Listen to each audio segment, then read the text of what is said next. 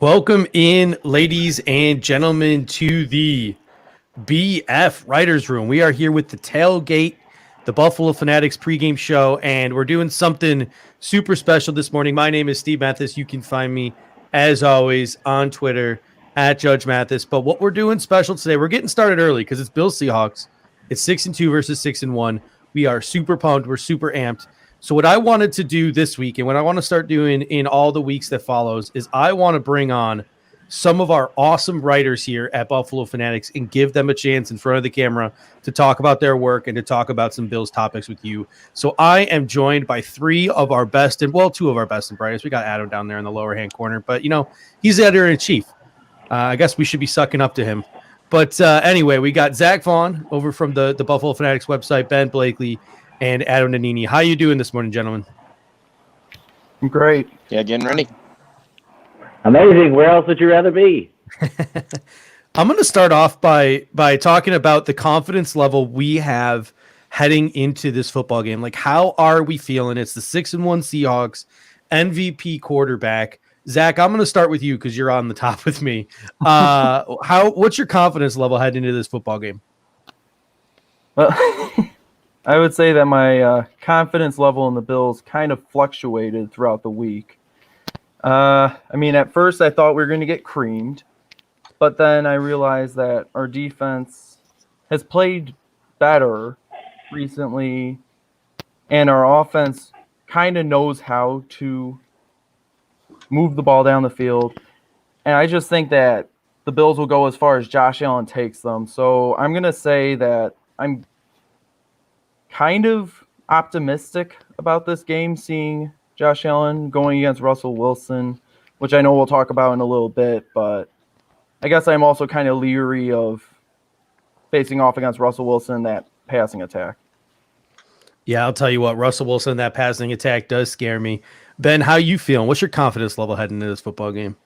You know what, Steve? I think I'm 40-60 at this point. It's just one of those things right now. I don't really feel too confident in the Bills right now, considering, like Zach said, with the passing attack with Russell Wilson. But I think the biggest thing, and we're going to touch on a little bit later, is the absence of Matt Milano and how that's going to impact this defense. So I'm kind of in that 40-60 point. I think they have a chance to pull it out, but I think that -3 that they have in Vegas right now, that's going to get thrown out the window at the end of the day.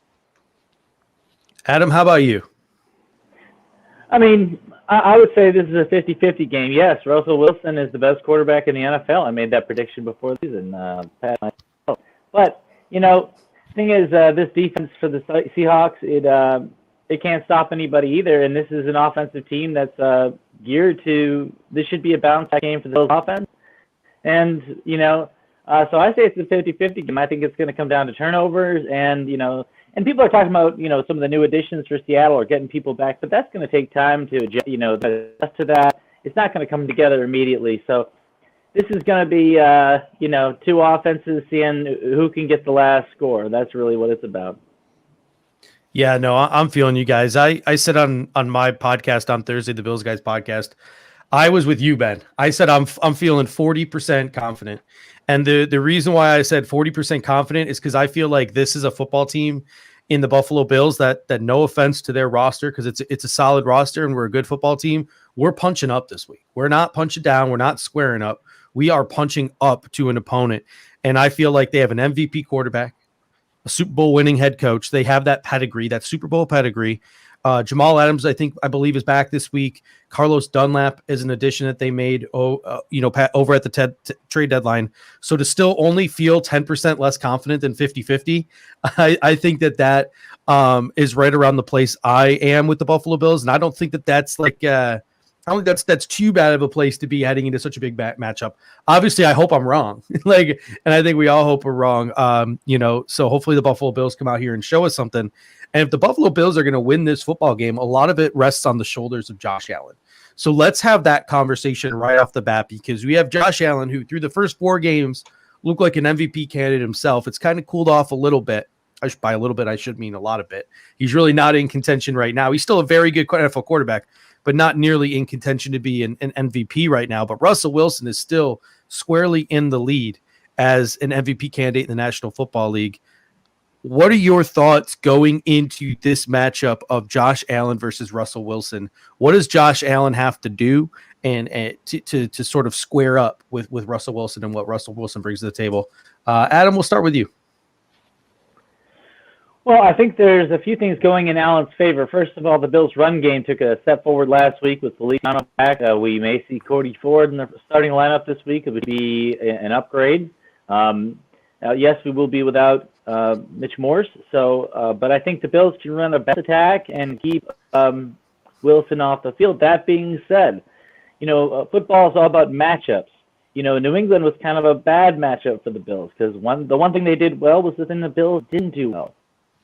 In this week's game, Allen is primed to throw the ball and do well. I mean, the Patriots secondary, even without Stephon Gilmore, is not bad. It's still pretty solid. This defense and secondary, I mean, the linebackers are slow. They're old. The secondary players are, you get to be had. Look for Diggs, John Brown, and Cole Beasley to tear up that secondary. And I think Allen will do pretty well. I predict over 300 yards passing, but also look for that run game to get going to keep the Seahawks off the field. Ben, how are we feeling about Josh Allen versus Russell Wilson? What are your thoughts on this matchup? I'm kind of shifting more towards what Adam had to say. I don't think everything needs to be on Allen's shoulders. I mean, you see how well the Bills' rushing attack did last week. And I think a big person that's going to step up in this game today is Zach Moss. You have two rushers last week that both went over 80 yards, and then Allen tacked on about 25-30 on the ground by himself. So I think, I understand that Seattle's last in passing defense with over 2,500 yards given up through the air, but that was without Jamal Adams on the field. And I have no doubt in my mind that Jamal Adams is going to be on the side of Stephon Diggs all afternoon. And that's going to open up chances for Brown and Beasley and hopefully Gabe Davis to come back up. And obviously, the big picture that we're forgetting, too, guys, is Dawson Knox is back. He just got taken off the COVID list earlier this week.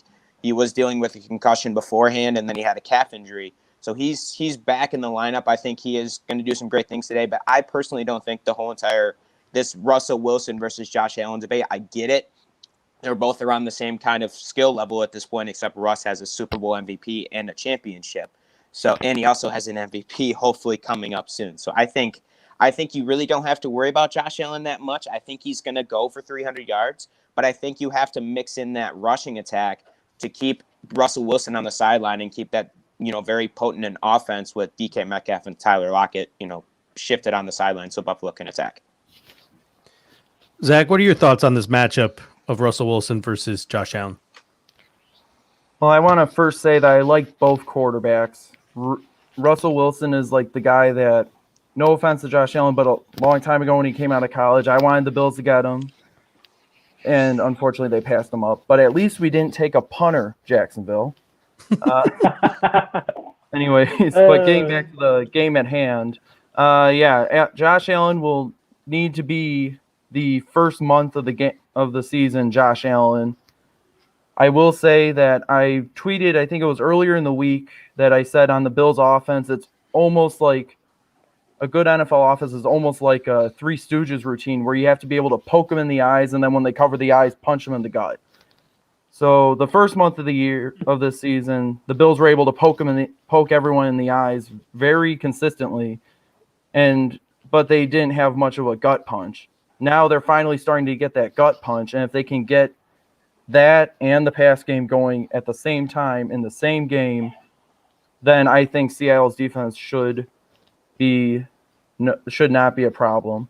That being said, though, in regards to Dawson Knox, I'm cautiously optimistic about whether or not he'll play. He didn't participate on Wednesday, and he was limited on Thursday and Friday, so obviously that's why he's questionable. But if not, I think we could potentially see a Reggie Gilliam breakout game. Either that or Tyler Croft. Ooh. Hey, touchdown Jesus got called up this week, so Jake Crumrow will be playing. It's probably going to be as the gunner on special teams for Tywan Jones, but we as Bills fans can dream that touchdown Jesus will get in the end zone for the Buffalo Bills this week.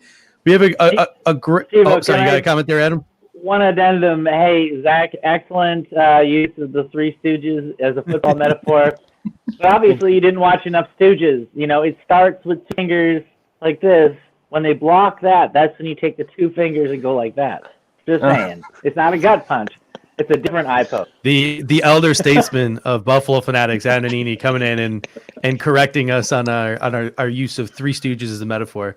We have a comment here from Tom Dinder, and I really like the comment. He says, with 29 out of 30 media experts predicting a Seahawks win today, eliminating fantasy reasons, give us fans a reason to watch the game today. Well, other than being Bills fans and just being eternally hopeful, Tom, I will say that I sort of agree with Ben again, where he says this quarterback matchup is a little overblown. And I'm not saying it's because they're not good quarterbacks. I'm saying it because I think both of these defenses, both Seattle's defense and Buffalo's defense, are both reeling. And I think they're both going to overcompensate for the quarterback play. And you're going to see the Buffalo Bills run a very much like a Kansas City game plan where they drop 7 guys back and rush 4 and force Seattle to run the football with 2 backup running, with their 2 starting running backs out, and Carlos Hyde and Chris Carson. So they're down to DJ Dallas, Alex Collins, and Travis Homer. So they're going to force Seattle to try to run the football. I think Seattle, vice versa, is going to try to force Buffalo. Hey, prove it to us 2 weeks in a row that you can run the football. So you're going to see, I think, from both teams, a surprising emphasis on the run game, despite the fact that the weather's going to be beautiful in Orchard Park and you have 2 defenses that are really bad against, stopping the pass. I still think you're going to see an emphasis on the run game from both teams to sort of overcompensate for these quarterbacks, because they're going to take what the defense gives them. So I think Buffalo's going to be in this game till the very end. And somebody mentioned a turnover. We need a turnover from this defense. What did we not get in that Kansas City game? We never got a turnover because, Andy Reid was patient. Andy Reid didn't take the bait. He didn't throw the ball into those 7-man drops. He ran it. And that goes against really Andy Reid's DNA. So we're going to see Pete Carroll and Brian Schottenheimer today with your third string running back. Are you going to try to throw the football into, 7-man drops? Are you going to try to throw the ball on the 7-man drops? Or are you going to stick with the run game? So I think it should be really interesting. And hopefully Travis Homer or DJ Dallas don't become the latest in the line of backup running backs to become superstars against the Buffalo Bills. Thinking back to the Willie Parkers, the LeGarrette Blunts, the Brandon Boldens. I can just pretty much name every Patriot running back. Cyrus Gray. Hopefully that doesn't happen for the Bills today. But speaking of the running game,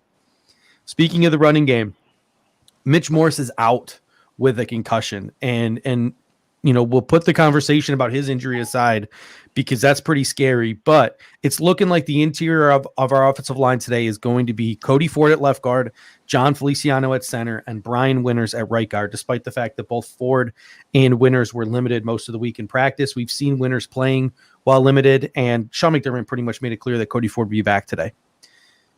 What are we expecting from the interior of this offensive line, and will our run game be able to continue growing and getting better without Mitch Morris in the lineup? Zach, this was actually your topic, so I'll start with you.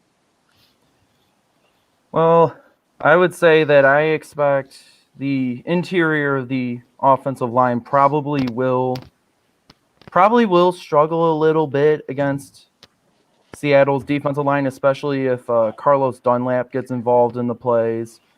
But it's good to hear that Cody Ford's back because we really need him. Though, at the other hand, I kind of feel like maybe McDermott might try to ease him back in and may rotate him with Butker, who apparently was Buffalo's best offensive lineman last week. I don't know how, but I do feel more confident in the run game with Mongo back.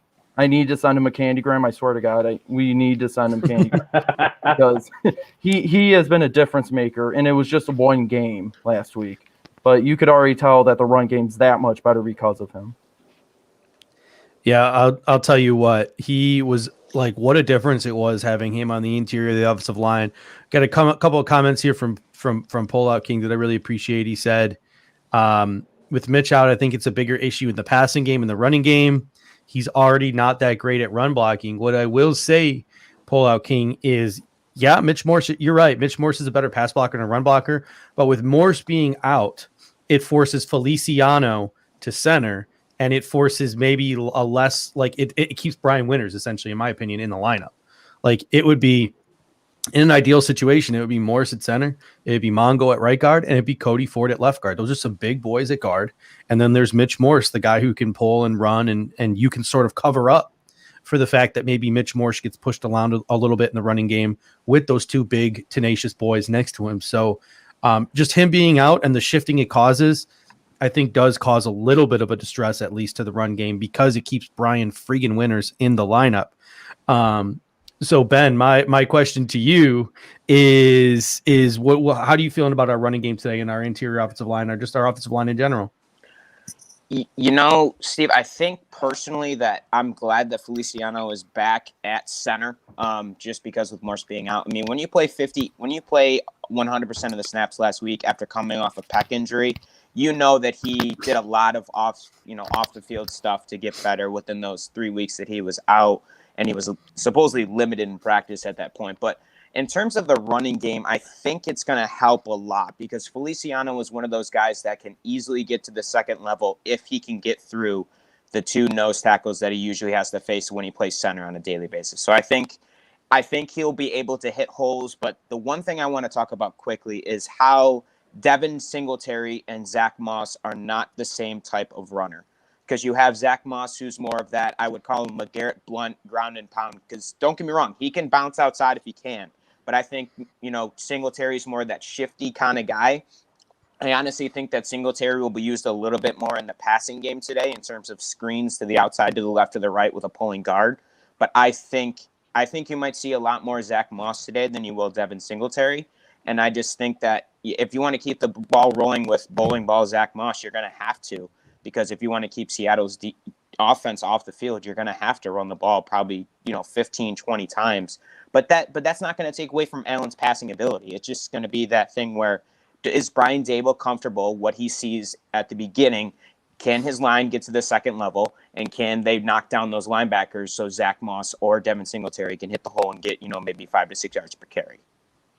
Yeah, I like that. Adam, what are your thoughts? Well, I mean, I agree with my colleague here. I think, though, the thing is not necessarily the run game that's so important. Yes, I think the run game needs to be used. Even if it's not going terribly well, it's possible the Seahawks will say, hey, Allen, you beat after last few performances and stop the run. I think the key to this game is for Daboll to call up effective play-action passes. And I felt like, it feels like when they're playing the last few weeks, it'll be all run or all pass. It's sort of predictable. They've got to get back to an effective play-action game, throw some balls over the top. They got to connect with some. But I do think Singletary and Moss will get about a 50-50 touch balance. And I would say that I think Mitch Morris is an underrated run blocker. He's not great, in a straight-ahead scheme, but he is a better move blocker than most people give him credit for. You see him out on the edge, he's almost always the guy getting that, lead block on screens and end rounds and whatnot. Yeah, I'm with you. He's a really good pulling guard, and I was super salty when we cut Quentin Spain. I was super salty, and as the weeks progressed and seeing him sign in Cincinnati, a couple of people who watched that Cincinnati game said, listen, they were using him to power block. Like, he was a big boy. He's a big boy. He's not a great mover. They were using him to power block. And it sort of gave me this realization that maybe when Gabe Davis showed up to training camp and he showed that he was a legit NFL weapon from day one, the Buffalo Bills made a conscious decision to start changing up the way that their offense, like the modus operandi of their offense, the way that they were philosophically going to attack teams. And that they were going to be more of this shotgun-based team, 4 wide receiver-based team. We saw it the first 4 weeks of the season. They ran more 4 or 5 receiver sets than any team in the National Football League. And that's just not Quentin Spain's game. That is very much Mitch Morris's game, where when the run game, you're pulling guys out.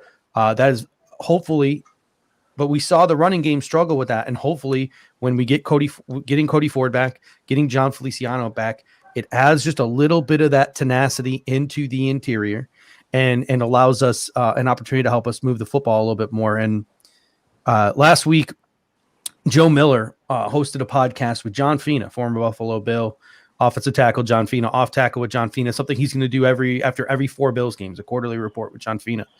And John Fina mentioned a lot of the things that you mentioned, Adam. He said, listen, this is a team that came out and they threw, and they couldn't run. And when teams started dropping back, the Buffalo Bills couldn't handle it. So now that the Buffalo Bills have established a running game that teams have to respect, if we can do that consistently, it's going to open up a heck of a lot in that play action passing game. And Josh Allen, like, despite all his faults, the one thing that he did do well in college that people always credited him for, like the people were always like that's it. That's what he's going to be successful at the NFL, is that play action game, because it's the one thing he had a lot of success with at Wyoming. So hopefully the play action pass will open up this week if we can keep that running game going.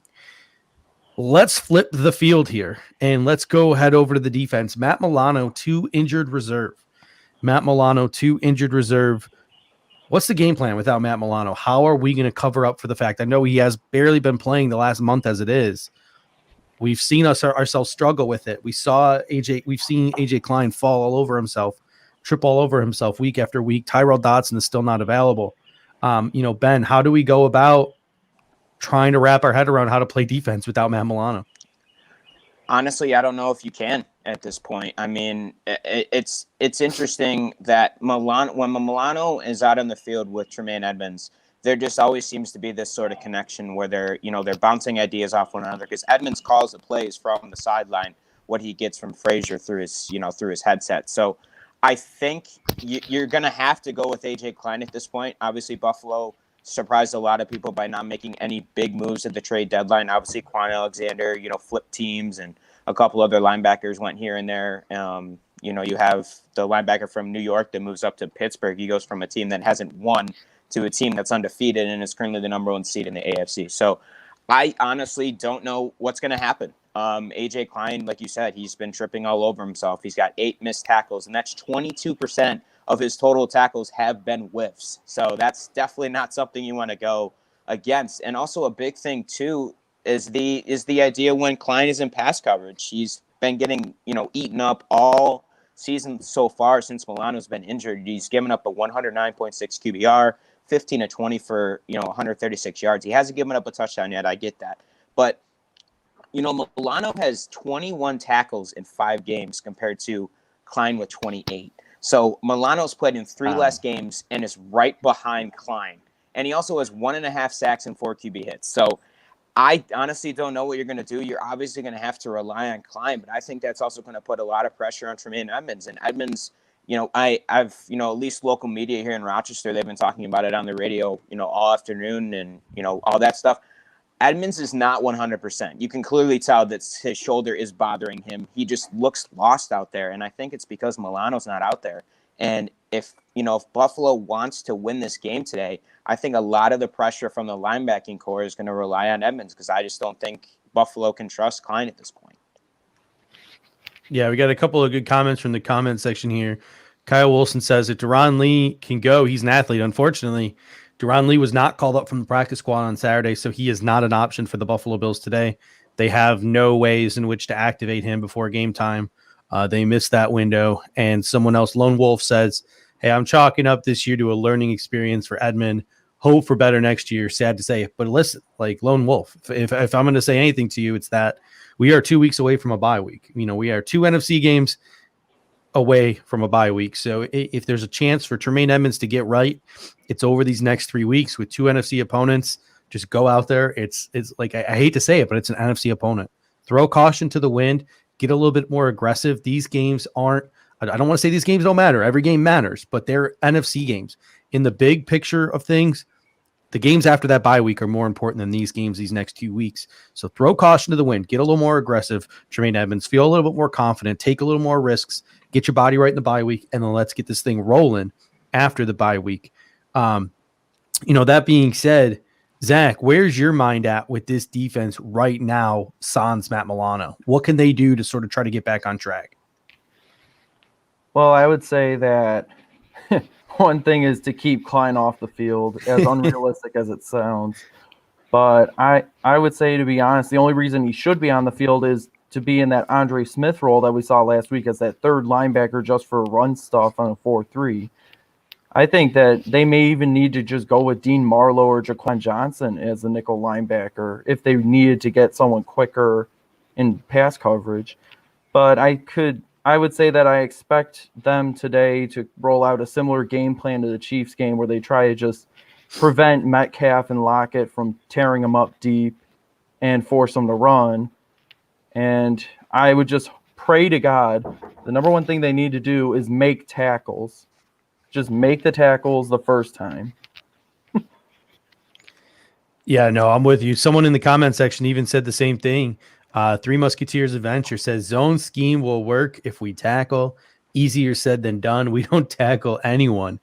I can definitely agree with that. We got to get back to the basics. Adam, what do we got to do to fix this defense? Guys, I mean, when we look at NFL teams, we often see the record, we maybe even see the stats, and we say, oh, this is a good team, this is a lesser team. That's not how it works. It's a matchup game, and this actually favors the Bills.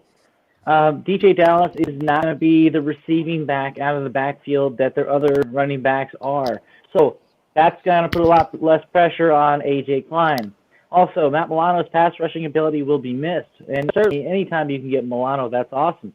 But he's not here this week. But Jerry Hughes is playing lights out, and Oliver has been getting a ton of pressure.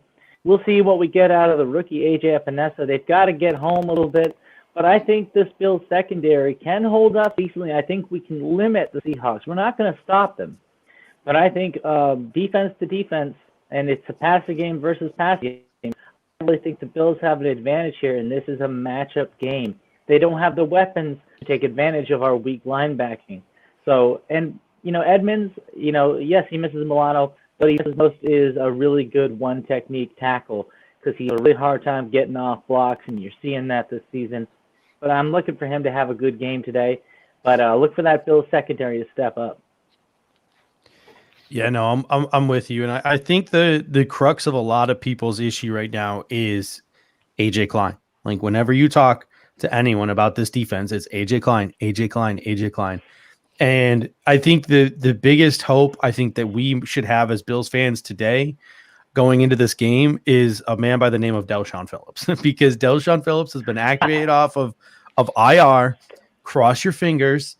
Hope maybe like this dude has been showing up in practice and there was a reason why we kept him on the 53 and that he can go in there and he can maybe play some football because, Andre Smith is there, but you mentioned Zach, Andre Smith he is a Sam linebacker. He's very much the run stuffer in a 4-3, much like that's what the Bills envisioned for AJ Klein. The only reason AJ Klein is out there is because Matt Milano's hurt, which makes you think like, where the hell was the Bills backup plan if one of these two guys got hurt? Was it Tyrell Dodson who's also hurt? Like there was no backup plan at weak side linebacker. And that's one of the places I think where the Buffalo Bills dropped the ball this offseason.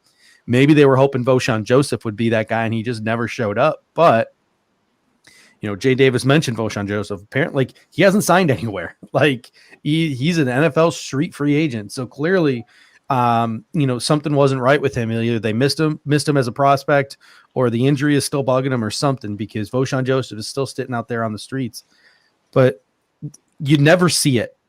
But I want this defense to free Saran Neal. Like, I don't even care that he's too small to play linebacker. Put him in at linebacker for all I care at this point. If he gets beat on one or two run plays, it's still better than A.J. Klein getting embarrassed by James White over the middle of the football field.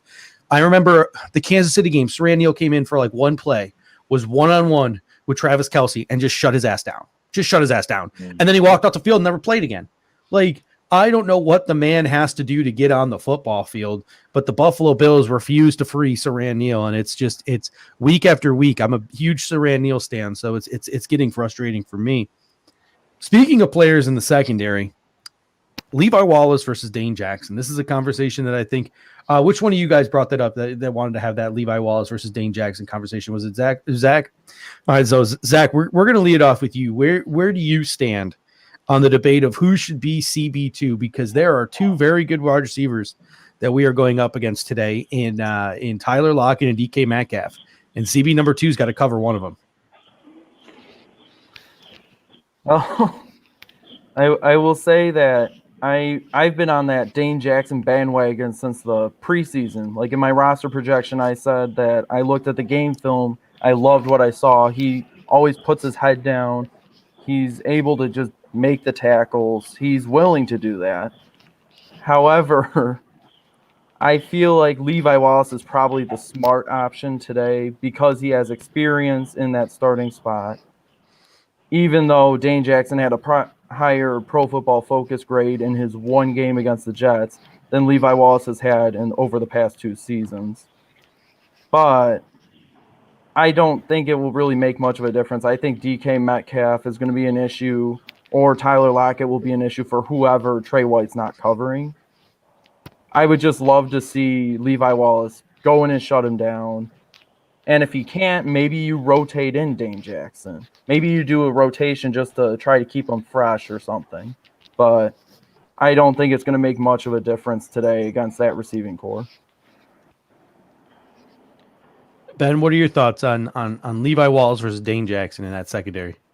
You know, I'm going to agree with Zach at this point, just because with Levi Wallace having more experience with having 3 seasons under his belt under McDermott's defense, I just think that it's at this point, I get it. There might be an idea where you might have to shift them. You know, you might swap them out every once in a while. Maybe Dane Jackson goes in for 1 or 2 plays on a series, and then to get Wallace some rest, get some Gatorade in him, and he pops back out. I feel like Levi is more of the safer option just based on his experience. But also, too, you have a big mismatch at this point at the cornerback 1 position. You have, DK Metcalf, who's 6'4", going up against Tre'Davious White, who's 5'11". So he's giving up some height. And White hasn't had a great season so far. So I think personally with Dane Jackson versus Levi Wallace, I think there's going to be a more reliance on safety help. I think obviously you're going to have either Poyer or Hyde come in and help kind of clean up the mess a little bit. So I think you have to go Wallace at this point, but I think the safety help and having Hyde back, having the 2 strongest safeties, the best safety tandem I believe in the NFL together again, I think that's really going to help kind of set the tone that Levi Wallace is going to be the starting cornerback too, at least for the foreseeable future, unless something changes. Adam, what are your thoughts on what we need to do in the secondary today? Well, I mean, Tre'Davious White famously has done pretty well against big receivers. Nuke Hopkins, as an example, he's played him well. I don't think this is going to be Tre'Davious White one-on-one or Levi Wallace one-on-one. I think this is going to be mostly a zone game. You're going to see almost all nickel and some dime. I think it's possible you'll see Dane Jackson out there and some Dean Marlowe, maybe even some Saron Neal. And Steve-O, I'm with you there. How about Tyler Matakavich? I'd like to see him at linebacker position. Why not give that a try? But I think Levi Wallace, he gets picked on a lot, but the fact is the guy's been steady and solid his entire time in Buffalo. The guy I'm more concerned about, as most Bills Mafia is Teron Johnson. Can he hold up? Are they going to move receivers into the slot to try to him? I think this is where deep cover 2 is really going to help. Going to keep the Seahawks in front of us, make them go down the field, take a lot of time off the clock, and just look for a mistake. So I think they'll be all right, but Levi has to get the job there. Yeah, no, I feel like Levi Wallace is going to start this game much like he did last week. And Adam, I'm also with you. I think it's going to be a heavy zone game. There was a great comment in the comment section from, where is it? Oh, it's in there somewhere. Bryson17. He says, double Metcalf, Hyde, and Levi, put Trey on Lockett. I think if the Buffalo Bills do take a man-to-man approach at all during this game, or if they are putting cornerbacks specifically on wide receivers, I almost feel like I would rather see Trey White on a guy like Tyler Lockett than I would DK Metcalf, mostly because I really feel like Trey White is the only corner on this roster that could turn and run with a Tyler Lockett, who is a speedy receiver. So I'd rather take my chances with a safety over the top helping and another corner on DK. That's another reason why I think that Dane Jackson should get more reps, even though he wouldn't, is because I think he's a little bit more physical. I think he's a little bit more aggressive, and I think that's a better matchup with DK Metcalf than Levi Wallace. That stiff arm that Derrick Henry put on Josh Norman in that Tennessee game, I almost feel like you could see that this week, like some kind of DK Metcalf just bulldozing over Levi Wallace. Like it's going to be a highlight on SportsCenter. I have a feeling about that. But But if you've ever seen Levi Wallace's arms, I mean, I got a chance to watch him at the Carolina Bills joint practice last season. I swear to God, standing straight up, good posture. I swear that guy was touching his knees. Looking at him, it's like looking at Kevin Durant. You know, his arms are really underrated. And that's the thing he does when you'll see him kind of catch up to a play and he'll tip the ball. He's got length, and I think that could really come in handy, a guy like Metcalf. we've got our first Seahawks fan in the comment section. I don't even know how to pronounce this person's name. It says Hawks will destroy Bills. Comparing Allen to Wilson is a long shot. LOL. Not even close. Not to mention all caps. All caps. So really getting your point across, guy whose name I can't pronounce on YouTube. Hey, when Wilson and Allen hang out, Russell Wilson is the little spoon. Let's just make that clear, all right? That's just the reality. I think I saw someone do the what was it? DeVito and Schwarzenegger, the twins. I think I saw a Photoshop this week of Allen on Schwarzenegger's head and Russ on DeVito's head. I could be imagining seeing this, but that just popped into my head. I feel like Brother Bill or somebody put that up on Twitter. I saw it somewhere. But all right, let's get into our last topic here and then make some predictions. Zach, this one came from you, I believe. You wanted to talk a little bit about some unsung heroes last week in Justin Zimmer and Dean Marlowe. So I'm going to give you the mic and a chance to talk about what you thought about their game last week, and then we will start to project maybe some unsung heroes that we could see this week. Oh, yeah. So Justin Zimmer had to be the player of the game. He sealed it when he stripped the ball out of Cam Newton's hands.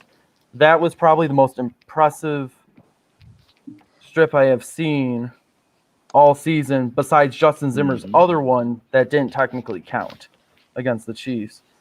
But anyways, I did a little research on Pro Football Reference, and apparently Justin Zimmer has more total tackles and tackles for losses this season than Jordan Phillips. He has 11 total tackles. Jordan Phillips has 10. He has 2 TFLs. Phillips only has 1. And I think Justin Zimmer has proven to everyone he deserves a lion's share of that defensive rotation. He's earned that increased role, and he could very well shut him down again this week against Seattle's depleted running back core. As for Dean Marlowe, I would have to say that I kind of agree with Bruce Nolan from Buffalo Rumblings that he may potentially have precognitive abilities.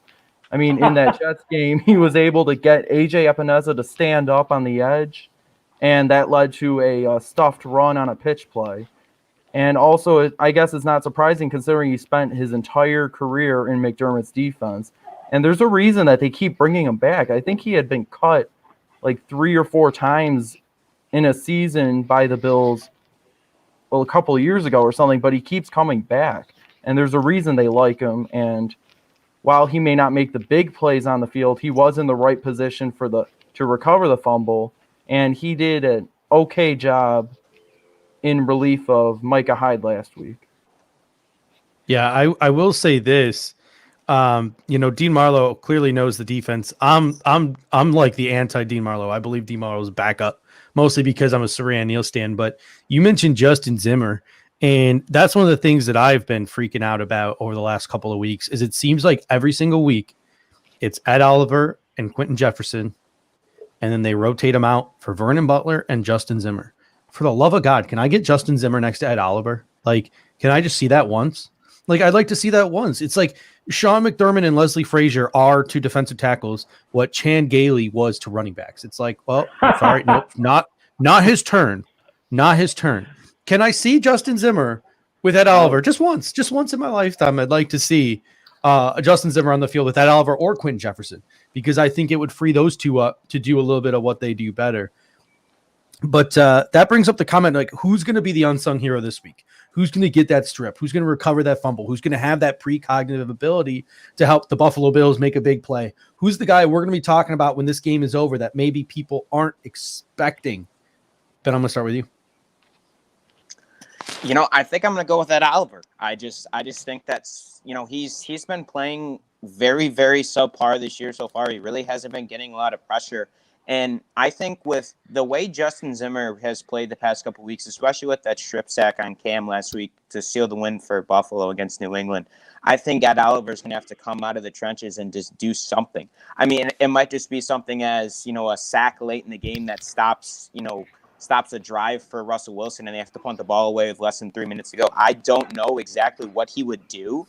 I mean, it might just be a strip sack. It might be maybe even something what happened with Jerry Hughes against the Jets. Maybe it's a tip interception at the line of scrimmage. I don't know what's going to happen, but I think Ed Oliver is starting to realize that a lot of people are comparing him to be a bust, and I don't think he is a bust. I think he's getting to that point where he really needs to have this kind of, okay, this is my reset game. This is what I did. Now you show me why within the next couple of years I deserve to be in Buffalo and deserve to stay. So I think Ed Oliver is going to be that key player. And, another one too quickly is just the linebacking core. Obviously, I honestly think Tremaine Edmonds might have a great game today. Like Adam said earlier, I think he's going to have a good game today. I think in terms of the only problem is if Seattle decides to do those dump and runs, which obviously they don't have the best running backs at that point with their top two out.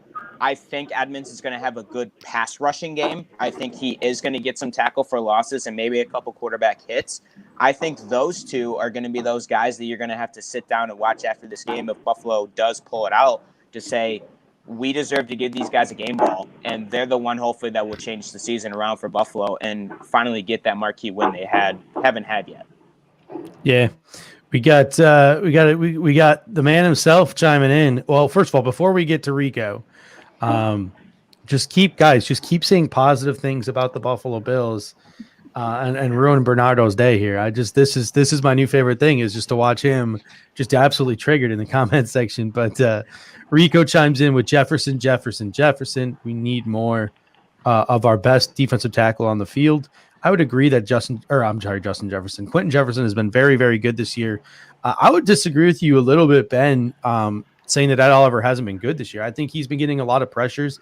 I think he's been doing a lot of things that just maybe don't show up on the stat sheet and maybe don't show up, in your first watch of the game. But if you like when you go back and you watch the All-22, or when you go back and you look at it, he's getting a lot of pressures. He's just not getting the sacks on the quarterback. And he's making, in my opinion, a lot of good plays. I'm looking for a player, though, from you, Ben. And I'm going to go back to you, Ben. I'm looking for a player, not Ed Oliver, not Tremaine Edmonds. I'm talking Justin Zimmer, Dean Marlowe level of the depth chart. Who is a guy from you that nobody's talking about? Everybody talks about Delaware. Everybody talks about Tremaine Edmonds. Who's the guy nobody's talking about, Ben? Pull one out. Who we got here today? Ooh, you're putting me on the spot, Steve. I think I'm going to switch to the offensive side this time. I think, here we go. Don't get me wrong. Gabe Davis had a really good time early on. He caught a couple touchdowns. I think he is going to be one that's going to step up today because yeah, sure. I could have thrown out Cole Beasley, and Cole Beasley, you would have totally came back with the same exact thing that you just told because Beasley's had a couple great weeks, and John Brown's been out, but John Brown has done well in the past couple years for Buffalo. But I think Gabe Davis is going to do what Gabe Davis does, and that is use that height advantage and get those hard-earned yards. I honestly think I don't think he's going to have like 120 yards over 10 catches. I think he might have that, 6 to 50, 6 to 55 range. And I think he might get a nice long touchdown. I don't know if it's going to be like a 30-yard catch or a 40-yard catch, but I think Gabe Davis is going to use what they're given. And if Buffalo decide to go with the 5 wide receiver set that they've been doing a lot this year, I think that Gabe Davis will have a good game and, for Buffalo. And I think he might be the difference maker that a lot of people are not talking about at this point. All right, thank you, Ben. Next time, just tell me to shove it and say, "Listen, we're playing the 6-1 Seahawks, and when you play the best, your best need to be your best, and that's why I picked our best players." That's what you need. That's what you need to tell me, Ben. Next time, I know it's your first time on the show, but feel free to just tell me to shove it. Gotcha. We got someone coming in here saying Moss cute. I think Zach Moss's game is pretty cute. I enjoyed watching it last week. All right, so Adam, I'm gonna go to you. Who is like who's gonna be the unsung hero this week? If the Buffalo Bills can topple those 6-1 Seattle Seahawks, not the superstars, not the Josh Allens of the world, but who's a guy that maybe we're not expecting to come in and might have a big game? Not a big game, but could just make a big play. Okay. First of all, it's Moth Q. Yes, make that business decision, and no doubt. Second of all, okay, so there's a couple players I'm thinking about. First of all, it's Cody Ford. Cody Ford doesn't often get the chance to play again alongside of Feliciano and Dawkins. That's three big, powerful men. Look for the Bills to run left today, okay? That's going to be a smart move. Run left all day.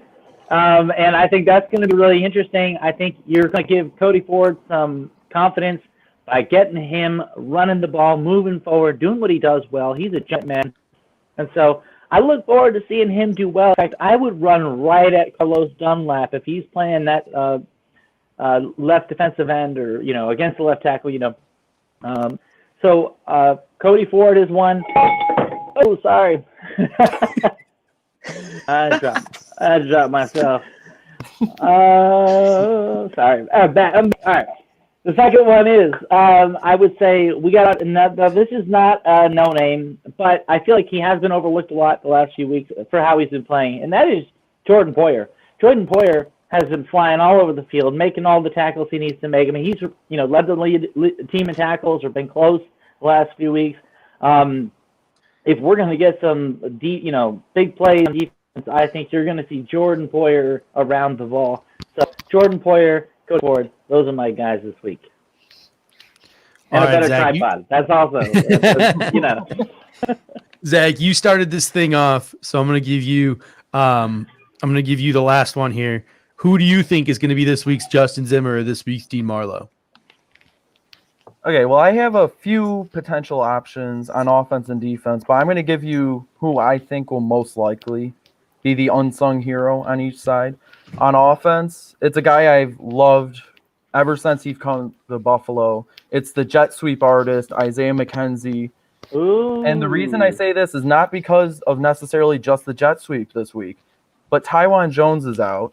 TJ Yeldon is out. They need a third running back. This would be the week to put Isaiah Mckenzie in the backfield and get a wheel route established.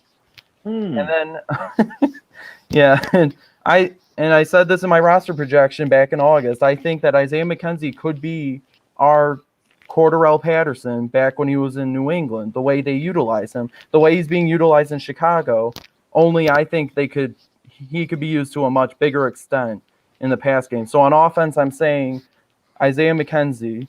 And on defense, I will say somebody that, Steve, I believe you mentioned earlier, Del'Shawn Phillips. If he plays on defense, he could very well be that difference maker in pass coverage, because as much as we want to keep AJ Klein on the bench, he won't be on the bench if nobody else can cover from that nickel linebacker position. And if Del'Shawn Phillips is truly healthy and active and plays defense, he could very well prove to everyone why he made the roster.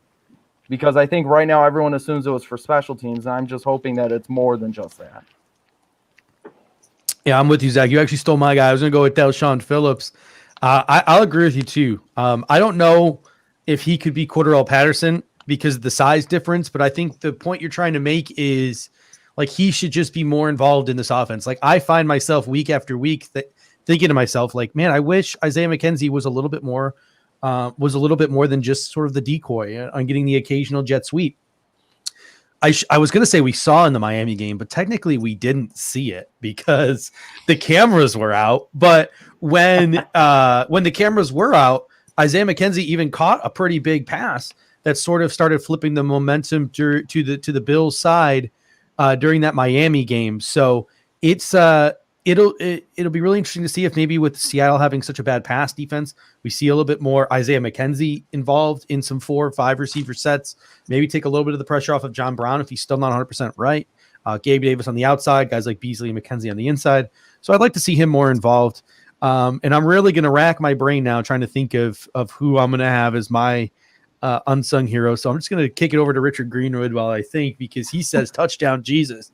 is getting into the end zone this week. Jake Crumrow will score a touchdown in the red zone. This is what makes it difficult. Like, don't get me wrong. Like, it's quickly how quick we forget about Duke Williams, but everyone's on the touchdown Jesus train now. I think he mostly came in to be a gunner on special teams because Tywan Jones is out, but that's also just me speculating. I have no idea Jake Crumrow's special teams abilities and or background. I'd be lying if I said I did. So maybe he does play a little bit more. Maybe the Buffalo Bills are looking for a little size matchup. I'm gonna go with a story of redemption. And if this player is active, I think he's finally going to shut some people in Bills Mafia up, and that is Dawson Knox. Maybe it's because Adam's got the curls, and I saw Adam's curls, by the way. Can we all take a second? We haven't had a chance. I should have opened the show with this. Look at Adam Nannini right now, ladies and gentlemen, with the cardigan and the button down and the hair, just out in nature in his back patio. The man looks like he belongs on some kind of magazine. It is absolutely ridiculous. Making us all look bad today. But I'm going to go with Dawson Knox. I think I really like to see him get involved in the short passing game. Dump some balls off to Dawson Knox. Get him rumbling and getting him lowering his helmet. Maybe not lowering it too far because he's got those concussion issues, but get him rumbling through some people and get that ball in Dawson Knox's hand and let him make some plays. So since Delshon Phillips is taken, I'm going to go with Dawson Knox. Dawson Knox is going to be my player of the game. That's a great question from Spin 00481. Is that natural, Adam, or is that perm, man? I've been in this play my whole life, so I mean, God gave me a perm, I guess. You know. All right. So we got about 9 minutes left here before I am joined by Kyle Knapp for the Fantasy Hour. Our boy, Casey Reed, winning too much money. He thinks he's too good for the pregame show now, I guess. But I'm kidding. He's got some very serious matters to attend to. But predictions, boys. It's all about predictions. So, Adam, I'm going to start with you. What is your prediction for this football game? Honor Casey Reed, since he can't be here today, I'm going to go full Casey Reed, and I'm going to lean in. Right? I think the Bills' defense is actually going to do pretty well against the Seahawks. I think you're not going to stop them. But the thing is, again, I think this is a good matchup for the Bills. It's the opposite of the Patriots. It's not strength versus weakness. This is strength versus strength. So I'm going to say the Bills win this one 28-27 because I trust Tre'Davious White and that secondary to hold up more than I trust the Seattle defense. I think the Bills are going to win. It's going to be close. It's not going to be as high scoring as people think. But I got the Bills to win this one in a surprise in Orchard Park, New York. Nice. We got Hold My Beer coming in. I love that. Hold My Beer 585. 585, that's Rochester? Yes, it is. All right. Yes, so it Hold is. My Beer 585. I believe that's the Rochester area code. And I'm correct. Sorry, it's been a while. I've been out of Buffalo for like 4 years now. I'm already forgetting the zip codes. I know 716. But he says, what's the plan to today's win? So let's make sure when we're giving our predictions, just as Adam did, we're also talking about how we feeling, like what's the plan? What do you think the Bills coaches' mindsets are going to be in trying to pull out that victory? So let's make sure we get that and make that part of our prediction. And thank you again, Hold My Beer 585 for the super chat. Zach, what do you got? Well, I'm just going to go ahead and say that I think the score, I agree with Adam, the score will probably be lower than everyone expects. I mean, I remember the Kansas City game, I think I expected to get about 40 points for each team. I think that 28-27 is a good score prediction. I'm probably going to go ahead and just say that it's maybe 28-25 or 27-24. It ends up coming down to a field goal. Maybe Tyler Bass, maybe Myers. I'm not exactly sure. I think that the Bills' plan of attack for this game should be, like I mentioned earlier, poke Seattle in the eyes, both inside and outside. I made that correction this time. And then punch them in the gut. Try to get that balanced approach going. Try to see if you can make some methodical drives going. Chew the clock as much as you could possibly can to keep Russell Wilson off the field. And just hope your defense can hold up long enough to make a couple good stops, including hopefully a turnover at the end of the game, like against New England. So I would say, to be fully optimistic, I will say that Buffalo will win 27-24 over Seattle. All right, Ben, what are your predictions here? Ooh, I was listening to what Marcel Louis-Jacques had to say out here in ESPN Rochester a couple days ago, and he was saying that this is the prove-it game that Buffalo needs. And I get it; they beat the Rams a couple weeks ago, but the Rams are kind of in the basement right now in the West. If it wasn't for San Francisco at the bottom right now, but I'm kind of leaning more towards what Marcel had to say. I think it's going to come down to a late field goal. I think Tyler Bass is going to finally. I mean, when you go 6 for 8 a couple weeks ago for field goals, the kid has some confidence in his leg. So I think McDermott has a lot of confidence in Bass. I think Josh Allen is going to throw for probably 200, 250. I think Moss is going to have a decent game on the ground as well as Singletary more in the passing game. But I'm thinking a 30-27 win for Buffalo, and I wouldn't say it'll be a walk-off field goal for Tyler Bass, but I'm saying probably with maybe less than a minute left, I think Bass is going to kick the game winner, and then Seattle's just going to not have enough time to get in a field goal range. So I'm thinking 30-27 Buffalo. Awesome. We got a comment here from Only One Buffalo. He says, I cannot see these teams scoring only 20 points. Both of our defenses are so bad, and our offenses are both great. Here's what I'm going to say is the coaching staffs for both these teams know this, right? Pete Carroll knows this. Sean McDermott knows this. And I think that the game plan that the Buffalo Bills took into the Kansas City Chiefs is the game plan that he's going to take into the Seattle Seahawks when he's taking on Russell Wilson. You're going to see both teams put 7 guys back in the secondary and challenge each other to run the football. And I think that's going to lead to longer drives instead of quicker scoring. I think that's what's going to leave the score in the 20s.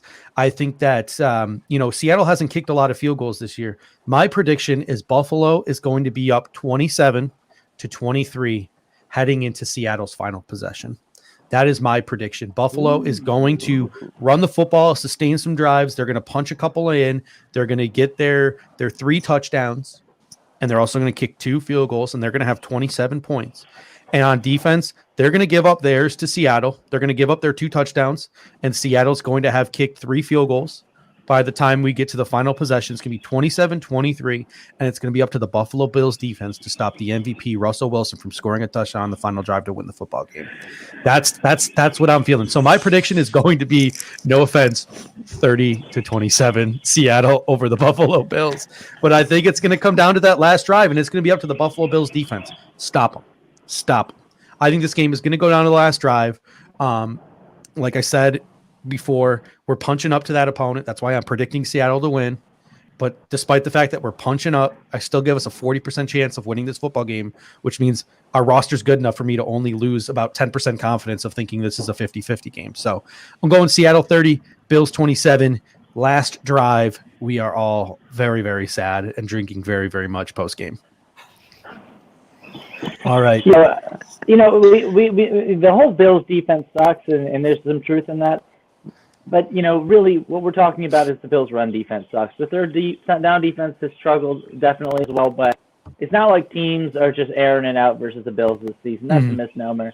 So I think this is why the matchup is so interesting, and definitely that secondary is something to watch. Keep that in mind. All right. Before we head out, Zach, talk about the pieces that you write for Buffalo Fanatics on thebuffalofanatics.com. When are they released? What do you write about? Zach, we'll start with you.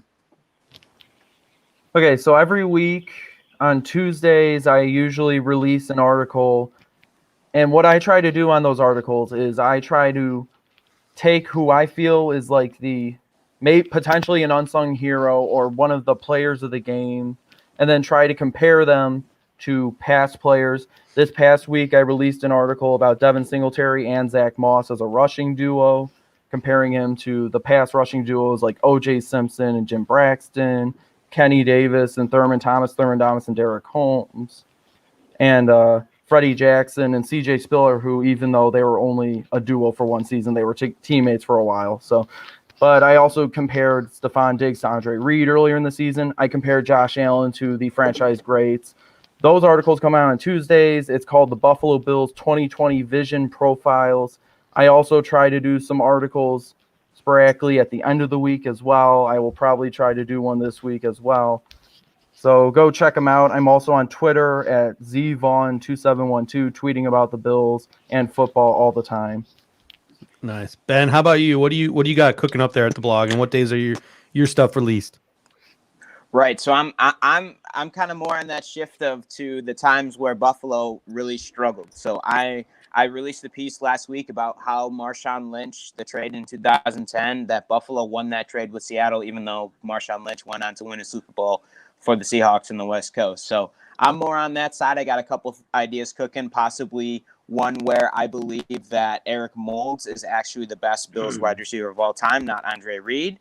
And just a couple other ideas I got cooking, because I know I get it. I get Andre Reed was on those Super Bowl teams, but if Eric Moulds actually had a nice quarterback to throw to him, we might have been talking about Eric Moulds in Canton one day. So I got a couple things cooking. If you could check me out on Twitter at Ben Blakely 18, posting every once in a while, just trying to keep updated. But yeah, I'm going to focus more on those older teams, more on those teams that, I grew up watching, not the teams that we're more focused on now.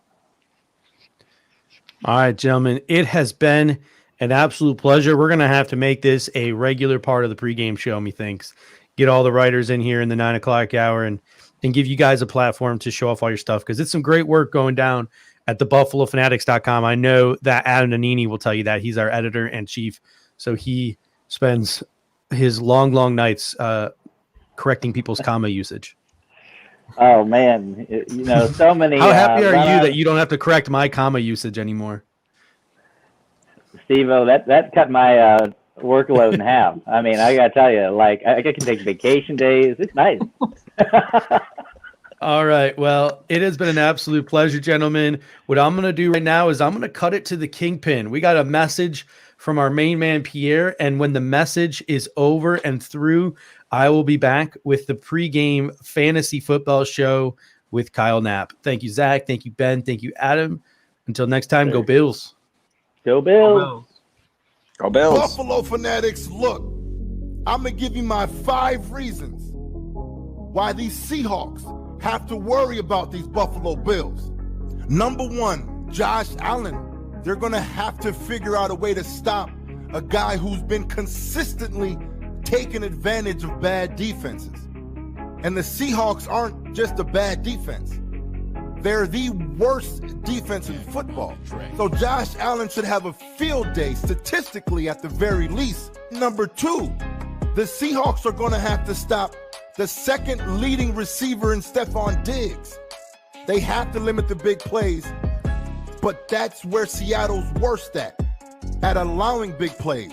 They lead the league with 7 40-plus yard plays or more, whereas Buffalo leads the league in not allowing big plays with only 1. Number 3, the Seahawks going to have to worry about Motor and Moss. They showed last week how they can both take over games. And it looks like with John Feliciano back, they're going to have to stop the running game for sure. Number 4, the Seahawks are going to have to get Buffalo off the field on third downs. Because as of right now, the Bills are number 1 in converting third downs. So that's going to be a challenge just in itself. Bills don't have a problem moving up and down the field. That's not a problem that we have. We probably haven't been able to punch it in a consistent level the last few games. But as far as moving up and down the field, that's nothing for us.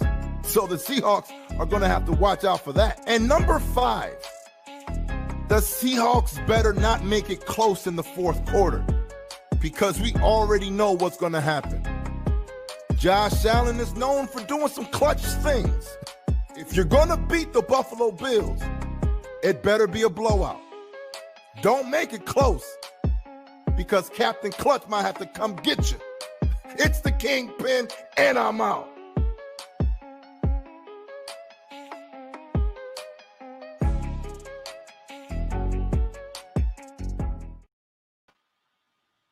Well, if that doesn't get you pumped up, I don't know what will. Yeah, I really don't. Like the Kingpin's always good for that.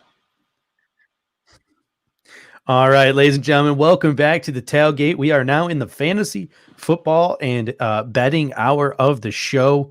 So welcome back to Nap Knows Bills. We are sans Casey today. How happy are you to not have to deal with Casey this week?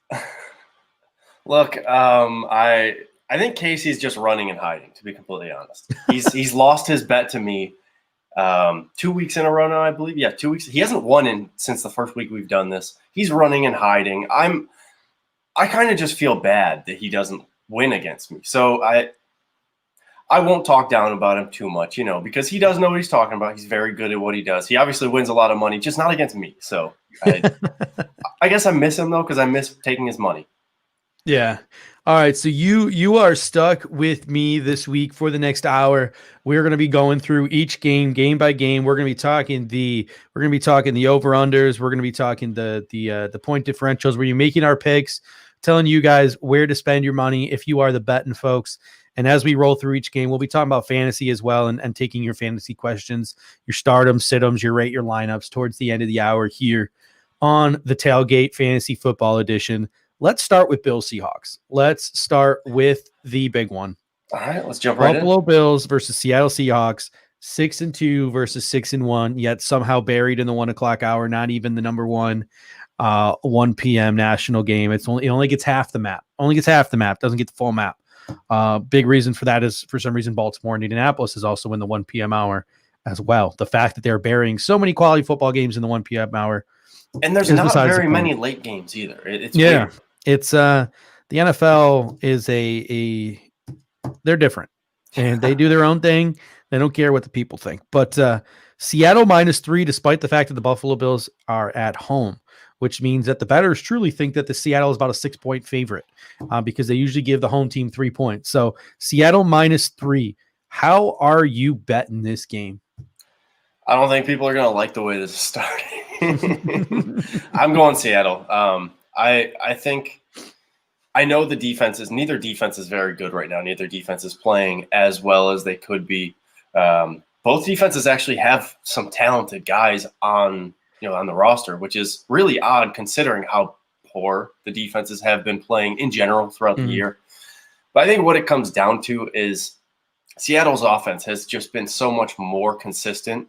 And I know we literally just showed the video of Pierre saying why Seattle has to worry about Buffalo. And he's right on all of those things, but Buffalo just hasn't been consistent enough, in my opinion, to keep up with what Seattle's been able to do offensively.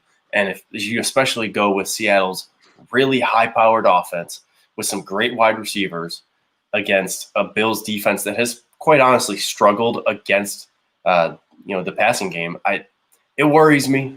And I just don't know Buffalo would have to get back to that week 1 through 4 offensive output where they're able to consistently move the ball and then consistently score touchdowns for me to feel more confident about them covering the spread and even winning in this game. So I'm going with Seattle covering the 3 points. With the spread, I'm taking the Bills here, and I'll tell you why. Okay. We got Dan Jones chiming in. He says, guys, I could play Moss or Chicago wide receiver Mooney at Tennessee in the flex. Who do you play? I'm telling you right now, Dan, I'm playing Zach Moss. Same. I'm starting Zach Moss. I think he's going to get guaranteed at least 10 touches this game. And I think Seattle's defense, there's going to be some room for Zach Moss to make some plays. I think what people don't understand is everyone expects a shootout today. Beautiful weather in Buffalo. Beautiful weather. 68 degrees, sunny. It's going to be a really good day for football. It would be a really great day if there were fans in the stands as well. But we got to do what we got to do during these COVID times. But everyone's like, all right, cool. They're going to start throwing. They're going to chuck it. These are 2 bad pass defenses with 2 really good quarterbacks. I think that both coaches know that these are really bad pass defenses. And I think both coaches know that these are really good quarterbacks. So not only do I think the Buffalo Bills are going to come out with that Kansas City type of game plan where they drop 7 and rush 4. And not only do I feel like Seattle is going to do the same exact thing. I think Seattle is going to drop a whole bunch of guys back into coverage, and they're only going to bring 4 or 5 guys every time. So it's going. They're both Will teams. they though? Because I think that the thing with Seattle playing defense on the Bills is that Seattle actually has to worry about the run more with the Bills than the Bills have to worry about the run with Seattle. Do they though? But do they? 1 week. We've run the ball well 1 week. So does Seattle say it's not because we have run the ball well all season or anything, because you're right, we've only run the ball well really once. I think it's because we have more of a threat to run the ball than Seattle does. Like Seattle has tons of issues at running back right now. Yeah. Despite them still getting some fantasy production out of the running backs when Chris Carson's out. But the Bills have the potential to get production out of the running game with Allen, with Moss, with Singletary, even if they haven't individually all had a ton of great games. I think Seattle still has to worry about them more than Buffalo has to worry about Seattle's running game. Yeah, I mean, I'm not going to disagree with you, but I'm also going to say that I really feel like both of these teams are going to be dropping back and making the other team run the ball and making the other team be patient with running the ball. Both these teams are going to challenge each other to take shots into loaded secondaries. And I think that both offensive coordinators are going to challenge the defensive coordinator, or both defensive coordinators are going to challenge the offensive coordinators to be patient. And I think this game is going to be closer than people think. I just gave my prediction. I think the score will be 27-23 Buffalo going into the final drive, with Seattle and the ball in Russell Wilson's hand to win the game and the Buffalo's defense having to step up. Either way, whether Seattle scores that touchdown or whether Buffalo gets it done, Buffalo beats the spread. I think this game will come down to the last possession. I think it will be a one-possession football game, whichever team wins. So I feel really confident in taking that -3 spread because I don't think, even if it is a one-possession game, Seattle's going to get that 7 points. I think this game's going to be within 3 points, in my opinion. That's fair. Look, I hope I'm wrong about this. I don't want to be right. Every single time I pick the Bills to either not cover a spread or eventually not win, like, I don't want to be right. I just, for my money's purposes, I gotta go with Seattle on this one. Just the way I'm leaning. We got Spin 0481 saying John Brown, Cole Beasley, Tim Patrick. Let's talk a little bit about the fantasy guys in this game. To me, it's really simple. If you have anyone on the Buffalo offense that is relevant, if you have anyone on the Seattle offense that is relevant, you start them. I believe you start both kickers. If you have those kickers on your roster, maybe even consider a pickup, despite the fact that Josh Myers hasn't kicked a lot of field goals this year. I think he's going to today. And don't start either defense if you have a better option available. That's my opinion in fantasy. What about you? No, I'm right there with you. I would, in that trio, I would lean more towards Cole Beasley because John Brown, even when he's been in the games recently, he hasn't been getting the same amount of targets that he got to start out the year. So I would lean towards Cole Beasley, and I just don't really care for Denver's offense on a consistent basis. Drew Lock is very inconsistent, so him, leaning on Tim Patrick to be your flex when you have other options like John Brown or Cole Beasley, I think that you go with the guy who has the potential to have a bigger day, and Cole Beasley could end up getting 7-8 catches, 80 yards, a touchdown. And you got to remember, he's going against a bad Seattle defense, just like, Denver's going against a bad Atlanta offense. But when it comes down to it, I always want to go with the quarterback who plays more consistently, especially if you have similar scenarios. And Cole Beasley has that quarterback that's playing more consistently than Drew Lock. Who has the most fantasy points by the end of this game? DK Metcalf, Tyler Lockett, or Stephon Diggs? Oh, I think Tyler Lockett does. He plays out wide. He plays in the slot, and he doesn't worry me as much out wide. He worries me when he lines up in the slot and he goes up against Teron Johnson, because we all know how bad Teron Johnson has been in coverage, and that worries me. I'm going with the people here. We got Bills guys in. We got Spin 0481. We got everyone here saying Diggs. I'll take Diggs too. Why not? I think, Russell Wilson's got a decision to make when he drops back. Am I going to throw it to Tyler Lockett or DK Metcalf? Josh Allen has made it pretty clear who he's feeding the football to in Buffalo. I think you're the one who's been making this point for weeks and weeks and weeks.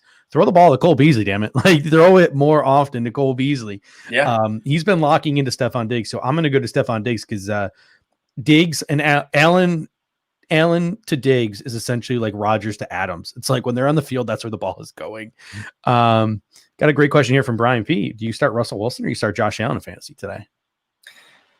People aren't going to like my answers today because you start Russell Wilson if you. My question is, if you have both these guys on your roster, you're pretty set. So I would say yeah. both. Like, I have both. Like, so that's the thing is that I actually have both guys. My roster, my league is a dynasty league with a couple of my buddies from high school, and we play 2 quarterbacks, 3 running backs, 3 wide receivers, 2 tight ends, 3 flex. So like we have a very large roster for our dynasty league, and my roster is loaded with Bills and Seahawks players, so I'm expecting big points from a lot of people. If you have both, I don't know if there's a wrong answer because, I mean, I think they're both still, despite Allen not having the best last couple games, I think he's still in the top 5 in fantasy output.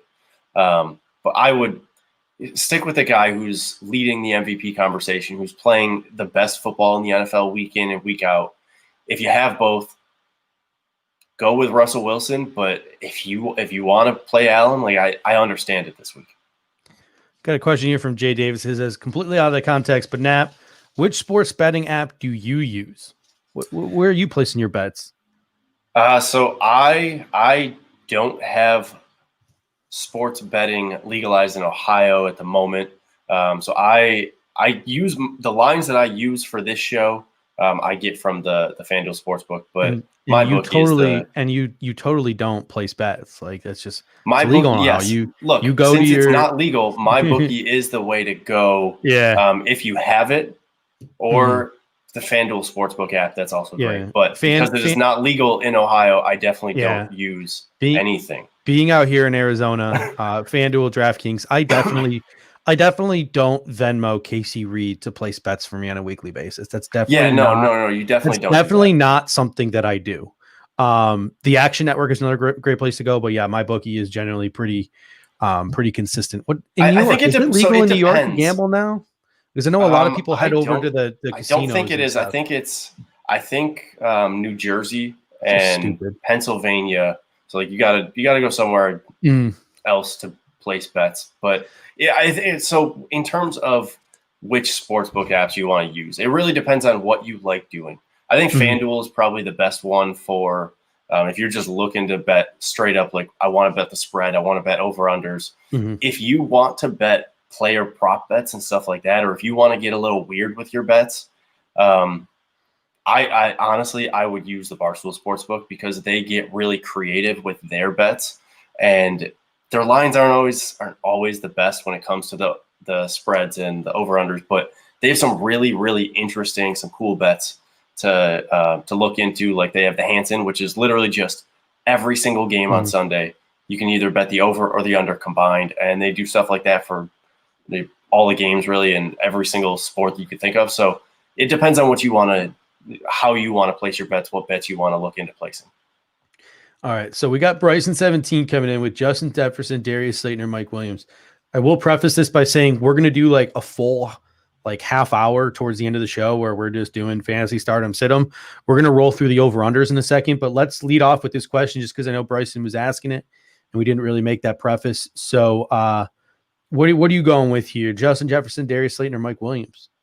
I am going with Darius Slayton on this one.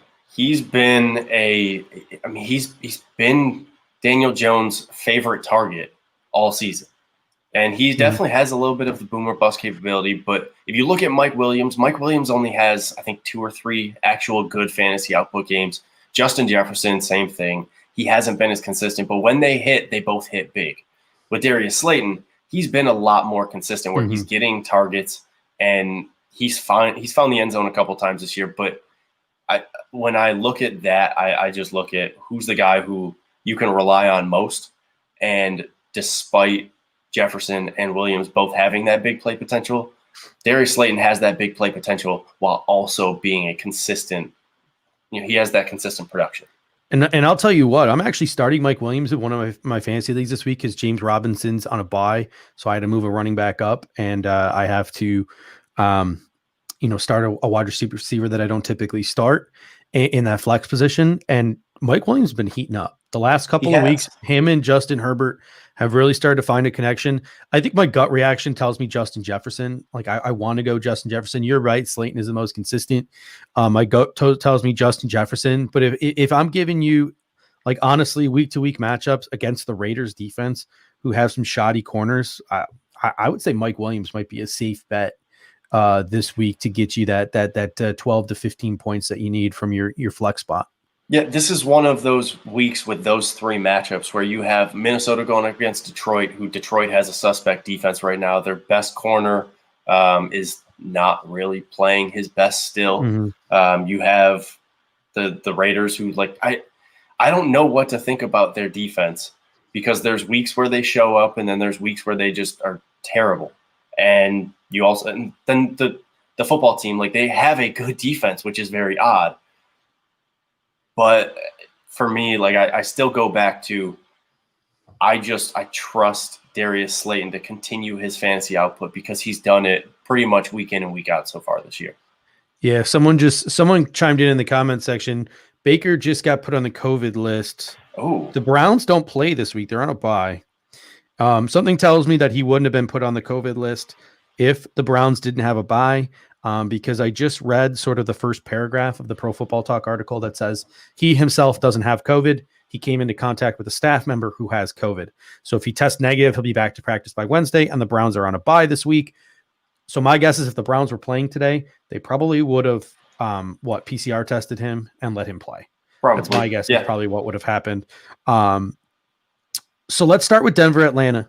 Atlanta is favored is given 4 points in this game. It's Atlanta -4 against the Denver Broncos. What way are you betting in this game? Do you feel confident about betting in this game at all? Because I'm not. I would not be betting in this game. I don't feel confident in this game whatsoever, and it's partially because Atlanta is Atlanta. Just we all know what they are. They're a team that can get a lead, but then they don't know how to hold a lead. But then you have Denver, who, like, Denver is so up and down. We saw them last week. In the first half, they really didn't look that great against the Chargers. But then in the second half, they turned it on and eventually pulled out the win. I'm going to roll with Atlanta this week because their offense, I think their offense is starting to figure some things out, and Julio Jones is getting healthy. And Denver, I believe Denver's starting corner is out injured right now. And so I'm going to roll with Atlanta's offense being able to keep it together and put up some points, and Denver's just not going to be able to keep up with them, despite Atlanta not having the best defense. I got Atlanta covering. Yeah, I'm actually going to roll with Denver here, and the reason why I'm saying that is, I think both it's Vic Fangio versus Atlanta's offense. So Atlanta's got a pretty good offense, but Vic Fangio, who's a defensive mastermind, going up against it. And then it's Drew Lock and a lot of those weapons in Denver, despite the fact that some of them are hurt, going up against Atlanta's defense. And Atlanta's defense sort of has started to put it together over the last couple of weeks, but eventually with an interim head coach and Jeff Ulbrich is your defensive coordinator, like, the luster is going to wear off eventually. And I think it's this week. I'll take Denver. I'll take Denver to get a victory. Fangio shuts down that offense enough for Drew Lock to score enough points and win that game. So I'm going to go with the Denver Broncos. That brings us to our next game, Baltimore and Indianapolis. And this one is weird. Baltimore -1 heading into Indianapolis. So they're playing in Lucas Oil Field. This is just a super weird spread. Literally, they believe this is going to come right down to the wire. I do not feel comfortable betting this game at all. Essentially, if you're betting this game, you think that the Colts are going to win outright. So let me start off by saying this is actually Casey and my bet of the week right here, where we're going one-on-one against each other. Casey has Indy covering. I have Baltimore. I'm going to roll with Baltimore. Here's my reason for this is Baltimore just came off of a loss. They're angry, right? And they are just a better team than Indianapolis. Indianapolis is like they have a good defense. They've been playing well, but when it comes down to it, Baltimore has the better team just in general. And I don't know how you like. I know a lot of Bills fans are not a fan of Lamar Jackson, but I don't know how you stop him week in and week out. And he was slowed down last week. He didn't play his best last week, and I think he's going to come out on fire. I think they cover the spread, and I just don't understand why the spread is that close, and that does worry me a little bit. But I got to roll with Baltimore on this. The Colts are 5-2. They're a good team. Matt Eberflus, he's a pretty solid defensive coordinator. Frank Reich, that team will score enough points to stay in it, but that -1 just scares the hell out of me because I definitely think Baltimore is the better of the two teams, the better all-around teams. So yeah, that definitely makes me uncomfortable. I definitely take Baltimore with the -1. But here's a question. It was in the comment sections earlier. Is Des Bryant worthy of starting today in his first game with the Baltimore Ravens? No. No. You wait. They don't have. I mean, prove it, Des. Yeah, look. When it comes, he hasn't played in the NFL in a couple of years now, and they don't have this high-powered passing offense. The reason that team is so good is that their running game is much more consistent than a lot of other teams are. I'm pretty sure right now Lamar isn't throwing he's not even throwing for 200 yards a game. So. In my opinion, none of their wide receivers are must start guys unless you have a really deep league, because they're gonna get it done on the ground game. So I would shy away from any wide receiver from Baltimore right now. They're gonna be hit or miss most of the weeks. We got the next game up. We got Houston. We got Houston at Jacksonville, and Houston, despite the fact that they are the road team, are favored by 7 points over the Jaguars. Who you got in this Houston-Jacksonville game? I'm actually going to fall back to something that Casey said last week, and it's if you have a divisional game, you take the dog to cover because it's going to be more of a fight, and I'm going to roll with that. I'm going to trust Casey on that one with the way his thinking is. I think he was 50% last week on that train of thought, but I like that with this because it's two bad teams. Houston's not a very good team; they're not very consistent. Jacksonville also falls under that, where they're just not very consistent. They don't have the best weapons. And I think it's just going to be an ugly dogfight of a game. And yeah, Houston wins. I think I don't have any problem saying that, but I think Jacksonville covers that 6.5. And I think it's probably a field goal game. So this isn't going to be the Jake Luton game. The next Tom Brady. No. Yeah, I'm going to take Deshaun Watson versus Jake Luton. I'm going Houston, even if they are given 7 points. The next one is Casey Reed. Casey Reed's feeling pretty confident in this game right here. Massive spread here, 10 points for the Chiefs versus the Panthers, who have a very good head coach in Matt Rule and are sort of overachieving to a degree this year, despite the fact that they've now dipped 2 games below 500 to 3-5. They really had a chance versus Atlanta to kick their season into gear going 4-4. They did not do it, but they've had a week and a half to prepare. Kansas City Chiefs, they are in Arrowhead with a 10. They are 10-point dogs. I'm feeling pretty comfortable taking the Chiefs even with the 10-point spread. How about yourself? Yeah, no, I'm right there with you. I like Carolina. I think they're good, but they just don't have enough to keep up with what Kansas City can do. Kansas City gets a lead early. They can put up points real quick, and that's just not the way Carolina plays. Carolina's not we're going to spread you out and we're going to they haven't shown. I know that's what they want to do with the offense that they run, but they haven't shown that they can do that against really good teams and keep up with the pace of a really good team yet. So I just don't think that Carolina's ideal, we're going to spread you out and we're going to beat you the way we want to beat you. I don't think that they can keep up with the way Kansas City does that, because Kansas City's just they're such a high-powered offense that Teddy Bridgewater versus Patrick Mahomes. I trust Patrick Mahomes. Yeah, Teddy did not look great last week in the conditions. I don't know what the weather is going to look like in Kansas City today. Our boy Robbie from Let's Talk 71 Sports says, like the shirt nap. Is that did you custom that? You tie that out yourself? No. I got this. I can't remember. I think I bought it week 2. There was a picture of Allen wearing this shirt after one of the games, or maybe it was on a Victory Monday, and I was just I got to find out where he got that shirt, and I can't remember who I bought it from, but it was actually a family-owned business in Buffalo. Got Robert Williams chiming in. 7 a.m. here in Seattle. Man, this is early for West Coast Bills fans. First of all, Robert, appreciate you checking us out over your morning coffee. And I also feel you. I'm an hour ahead of you. I'm out here in Phoenix, Arizona. So it's 8:30 for me here. So trust me, I Phoenix feel you. Arizona doesn't do daylight savings. No daylight savings. That would throw me off so much. It does. Like a couple of weeks ago, I was like, I had a panic attack. I thought I missed the show. Like I thought I had missed.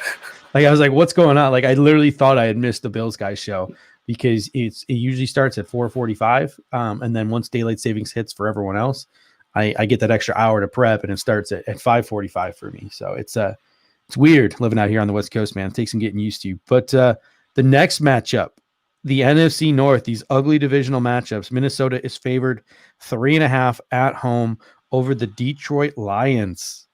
Who are you taking in this game? Because Stafford's Detroit, out, right? He's on COVID. He's on the COVID list, I thought. Did they take him off? Am not willing to say that. I did not see that. Maybe I'm just misremembering something. No. Let me look this up. To my knowledge, Matt Stafford is playing in this football game. Okay, if he's playing, then that changes things. I don't know where I saw that.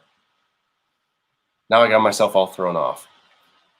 Matthew Stafford's COVID per Adam Schefter, Matthew Stafford's COVID test came back negative this morning, and he is officially cleared to start versus the Minnesota Vikings.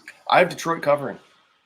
I like Matthew Stafford. I like just what that offense can do with him, and I'm going to just go with Detroit covering against Minnesota.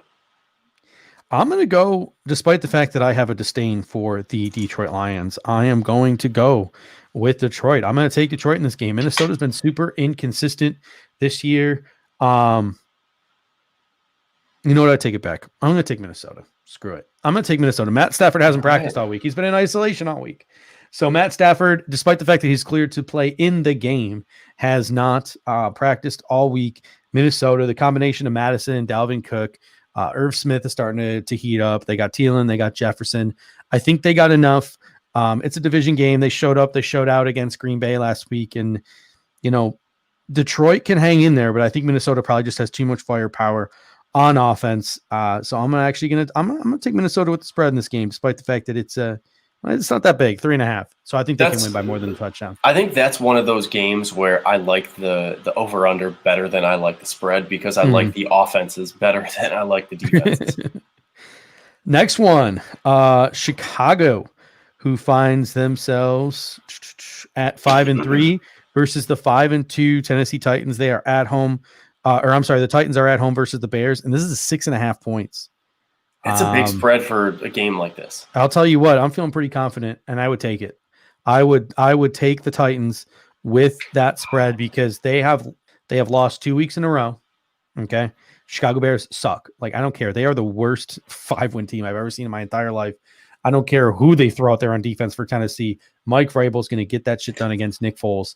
So I will, in fact, I'm feeling pretty confident that Tennessee Titans are going to come out on a mission, and they are going to curb stomp those Chicago Bears today, and send a message to the National Football League that they're back on track. So I'm gonna take Tennessee with that 6.5, and I'm feeling pretty confident. I am going to take Chicago to cover. I think Tennessee wins, but I think this is a closer game. I think Chicago's defense is going to be able to slow down Tennessee's offense enough where Nick Foles isn't really going to matter as much in terms of this. I think he does enough to keep it close, but not enough to win. And I think Ryan Tannehill, that offense, like they can put up points, but Chicago's shown the ability to slow down good offenses already this year and keep it close with good offenses. Like I don't like Chicago. I agree with you that they're not a good football team, but I think they're good enough to keep it close with Tennessee this week. Yeah, you got Bills guys and chiming in. Did you make a podcast this week, Nat? Let the people know what happened. Oh, don't let them know what happened, but let them know why you were out. You were on I was out on the COVID list all week, so it was a pretty rough week for me. I was down in the dumps. I wasn't even actually working my day job during the week. I was feeling so down. So I did not make a podcast this week, but I will be back next week with another podcast. Well, we're back. We're glad you're back, and we're glad you've been activated off the list in time for the pregame show this week. So the next game we got rolling here is the New York Giants and the Washington football team. Washington's 3.5-point favorites. Who you got in this game? This is wow, this is just a shit fest. Like, I don't even know. Yeah, I don't know. It's weird. I've actually been betting Washington to cover most games, but I like them better as underdogs than favorites. Yeah. And I just don't like Washington being the favorite here. So I'm going to roll with the Giants. The Giants have actually been playing, I'm not going to say well, because I can't really say what they've been doing has been playing well, but they've been keeping games closer than expected. Like, I didn't expect them to do what they did against the Buccaneers, and I don't know if that's more of a testament to the Buccaneers just not playing well or the Giants actually putting together some semblance of an offense, like enough to keep up. But I think the Giants cover here. I think, I got to roll with the Giants cover in here because I can't trust the football team to be a favorite in a game. It just feels weird. Here we go. Another one. Chargers, Raiders. Chargers are at home, and the Raiders are only given 1 point. It's another tough one. This is essentially a pick'em game. It is. For this one, I'm rolling with the Raiders to cover. I actually think the Raiders are going to win this because to me, the Chargers are still that team that, like, they're gonna have a lead, but they're gonna lose the lead late. And, like, that's just what they do. They've done that. They did that the entire time that Phillip Rivers was quarterback. It seems like they can't totally escape that with Justin Herbert just yet. And as much as I like Justin Herbert, I think he's turned out to be a much better prospect than a lot of people thought he would. I like the Raiders. I like what they can do offensively, and they play consistent. They're not like we're going to blow you out of the water type of team, but they do everything well. They have a good running game with Jacobs.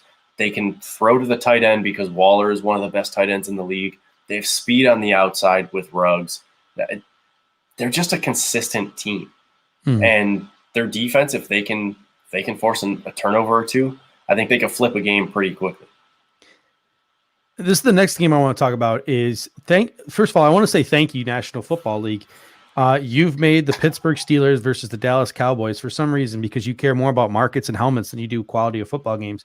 You've made that your primetime game this week. That makes no sense. I hate when they do that. Despite the fact that in the 1 p.m. hour there is Bills Seahawks, there is Baltimore Indianapolis, and there's even Chicago Tennessee, I would say, is a better matchup. Hell, Raiders Chargers would be a better 4 o'clock game. I think Miami Arizona would be a better 4 o'clock. I actually think that's a pretty good game. And that brings us to this game, and this is the game that I'm actually going to be watching out here in the desert, out here in Arizona. This is the game I'm going to have my eye on. Division game, second week of Tua's development. This is to me, other than Bills Seahawks, for every Bills fans, this is the must-watch game. Yes. Tua's second week of development, and the Arizona Cardinals, who are our opponent next week, out here in the desert. So Dolphins, Cardinals. I am a little shocked by this. Yes, they're at home, but 5.5-point favorites for the Arizona Cardinals. Like a lot. That feels like a lot. I know it is Tua's second start. That feels like a lot. I'm leaning Dolphins here. What are you thinking? I don't think people are going to like this, but I'm actually a big fan of this Dolphins team. I'm not a fan of the team, but like a fan of the way they've been put together, the way they're coached. I think they're a much better team than people are giving them credit for. The defense is firing on all cylinders right now. You saw what they did. Like, they won last week, and they were outgained by like 200 yards. Their defense is really good. I don't think that their offense has to be great to win games right now, and that's why they switched over to Tua. I'm going to roll with Miami covering, and I think they might even have a chance to win because, like, I really believe in them that much right now, the way they're playing. Yeah. So, to me, I'm with you that this is a good Miami team, but they don't scare me so much this year. Like, and the way I want to preface by saying this is they made the right call from a long-term standpoint, putting Tua in. Like, he needs the reps, get him the reps. If he's your franchise guy, which you think he is, you draft him in the top 5, you put him in. But in a short-term perspective, Ryan Fitzpatrick was the better fit for that offense. If Ryan Fitzpatrick is the starting quarterback in that offense with Devontae Parker and with Preston Williams. To me, that is, and Mike Gesicki, to me, that is a team that's going to push for a legitimate playoff spot there. They're going to push the Bills in the AFC East, and they're going to be neck and neck with us heading into that Week 17 matchup. But with Tua very much is a guy who likes to run those crossers. He likes to throw the ball to guys who can separate. Can he fit it into those tight windows down the field like a Ryan Fitzpatrick can? I don't think he can. So Miami still needs to fix the weapons for Tua on that offense to cater to Tua, because the weapons just don't cater to his game. So that's why I'm going to feel confident. I'm feeling confident. Vance Joseph's feeling himself right now. I think he's one of the most overrated coaches in the National Football League. I think he's a terrible defensive coordinator, but he's feeling himself. He's pretty much just said fuck it the last couple of weeks and has just been sending everybody, like he has been sending massive amounts of blitzes. So I think that they're going to get into his face. They're down. Myles Gaskins will not be playing. As good as that Miami team is, I think that the Arizona Cardinals are going to overcome them because I think Tua is just going to be eating a lot of turf out here in the desert this weekend. I'm feeling pretty confident taking Arizona. Yeah. Bills guys ends comment, Tua is not special. Do you think he's like a legitimate NFL quarterback long term? I don't. I don't either. I don't like what I saw from him when he was at Alabama was a guy who took advantage of bad teams and really struggled against good teams. And I just don't think he's the guy to put it together long term in the NFL. I think he's a smart quarterback. Like, I think between the years, he's all there. Like, I think he's legitimate. I think he's got the mind to play quarterback. I just don't know if he has got the body. I just don't know if he's built to play quarterback in the National Football League. It'll be really interesting between being left-handed, which is something that a lot of skill position players aren't accustomed to, that frame that he has, his arm strength. There's just a bunch of stuff that I question from Tua. I don't know if he's got what it takes to hold up in the National Football League physically. So that's my biggest question for Tua. I think he's there mentally. I just don't know if he's there physically. So that leads us, I believe, to, do we even want to talk about Dallas-Pittsburgh? I mean, I'm just taking Pittsburgh. I don't care what the spread. The spread could be 40. The spread is 14. I think the interesting thing. Okay, so I think the interesting thing with this game is that Pittsburgh has, like, Mike Tomlin has only covered a double-digit spread, I think, once in his last 7 games with a double-digit spread. So Mike Tomlin does not cover these games. However, Dallas is just that bad that I would rather be wrong betting on Pittsburgh than wrong betting on Dallas. Yeah. I mean, I love me some Garrett Gilbert, who's probably going to be starting today. Why they started Ben DiNucci in a National Football League game, I have no idea. That guy clearly didn't have the arm to throw the ball more than 10 yards down the field, and they had Garrett Gilbert sitting on the bench. Garrett Gilbert's a guy who played really good in the AAF a couple of years ago. Was a 5-star recruit coming out of high school. He kind of reminds me a little bit of Kyle Allen in a sense, where Kyle Allen was a 5-star recruit coming out of high school and sort of got overlooked in college, not overlooked in college, but just sort of shuffled around college, kind of like Garrett Gilbert shuffled around, played at Texas, was hurt, made it to the National Football League because of that physical pedigree. And he sort of like stuck around. So to me, Garrett Gilbert is an underrated quarterback in a sense that he's not going to embarrass himself the way Ben DiNucci did. Now I say that he might actually do it because Pittsburgh's defense is so good. Last week, I think the Cowboys would have had a puncher's chance with Gary Gilbert. Maybe he wasn't ready coming from Cleveland. I don't know. But I think Garrett Gilbert is going to solidify the quarterback position a tiny bit. If I were Dallas, I would even consider playing him over Andy Dalton when Andy Dalton comes back, because, like, why not? Like, that team is just done. They need to fire Mike McCarthy this offseason and just gut it. Jerry Jones won't do it. Jerry Jones won't. But they just need to have a fire sale this offseason, get rid of a ton of cap, go through a 3-year rebuild, and just tear it down, because that organization is a joke right now. Oh, yeah. They should have fired – I would have fired McCarthy the moment he said in his press conference that he didn't actually do anything that he said in his interview. I would have just ended it right there and restarted my coaching search. It's like – because that's how he's just not the guy there. Yeah. I just did what I needed to do so I could get hired. Before we move on to the Sunday Night Football and the Monday Night Football games, anybody in the comments, start putting your fantasy questions in, because obviously we're getting to the end of the gambling slate here. So we want to be able to answer any and all of those fantasy questions you guys have. So start sending those in. Rate your roster, start them, sit them. All right, last game for today, New Orleans, Tampa. Tampa is at home, and they are 4-point favorites. Who you got? I got Tampa. I don't trust I don't trust Drew Brees. Still, I can't do it this year. Like, he just doesn't look like the same quarterback. Obviously, and it's because of age. Like, he's starting to kind of fall off that ledge. I just don't trust him, whereas I trust Brady, who, despite seemingly thinking that he fell off an edge, he's still putting up numbers. He's still playing like Brady always plays, and he's just making the plays necessary. I like Tampa. I like their offense. They just have so many weapons, and Gronk is starting to play well. And I think that's a big differentiator in this, is that Brady has his really, I don't want to say his comfort blanket, because if Gronk is playing the way he's played the last couple of weeks, he's much more than that. But in a sense, like, that's what he is for Brady, and he's been playing at a high level the last couple of weeks. So if he continues that, I think this Tampa team is scary, especially with the addition of Antonio Brown. Yeah, I'm feeling confident in taking Tampa in this game, and that leads us to the third must-watch game of the week. If you're a Bills fan, and to me, it has nothing to do with scouting, it has nothing to do with anything. It just has everything to do with just getting a nice laugh, a nice chuckle. Monday Night Football is going to be comedy hour, because it is the New England Patriots 9.5-point favorites on the road against the New York Jets in what is just going to be such a fun game to watch as a Bills fan. Just such a cathartic game. I think I might even feel pretty. No, and I take it back. The Jets are in full tank mode. Sam Darnold's not playing. It's Joe Flacco.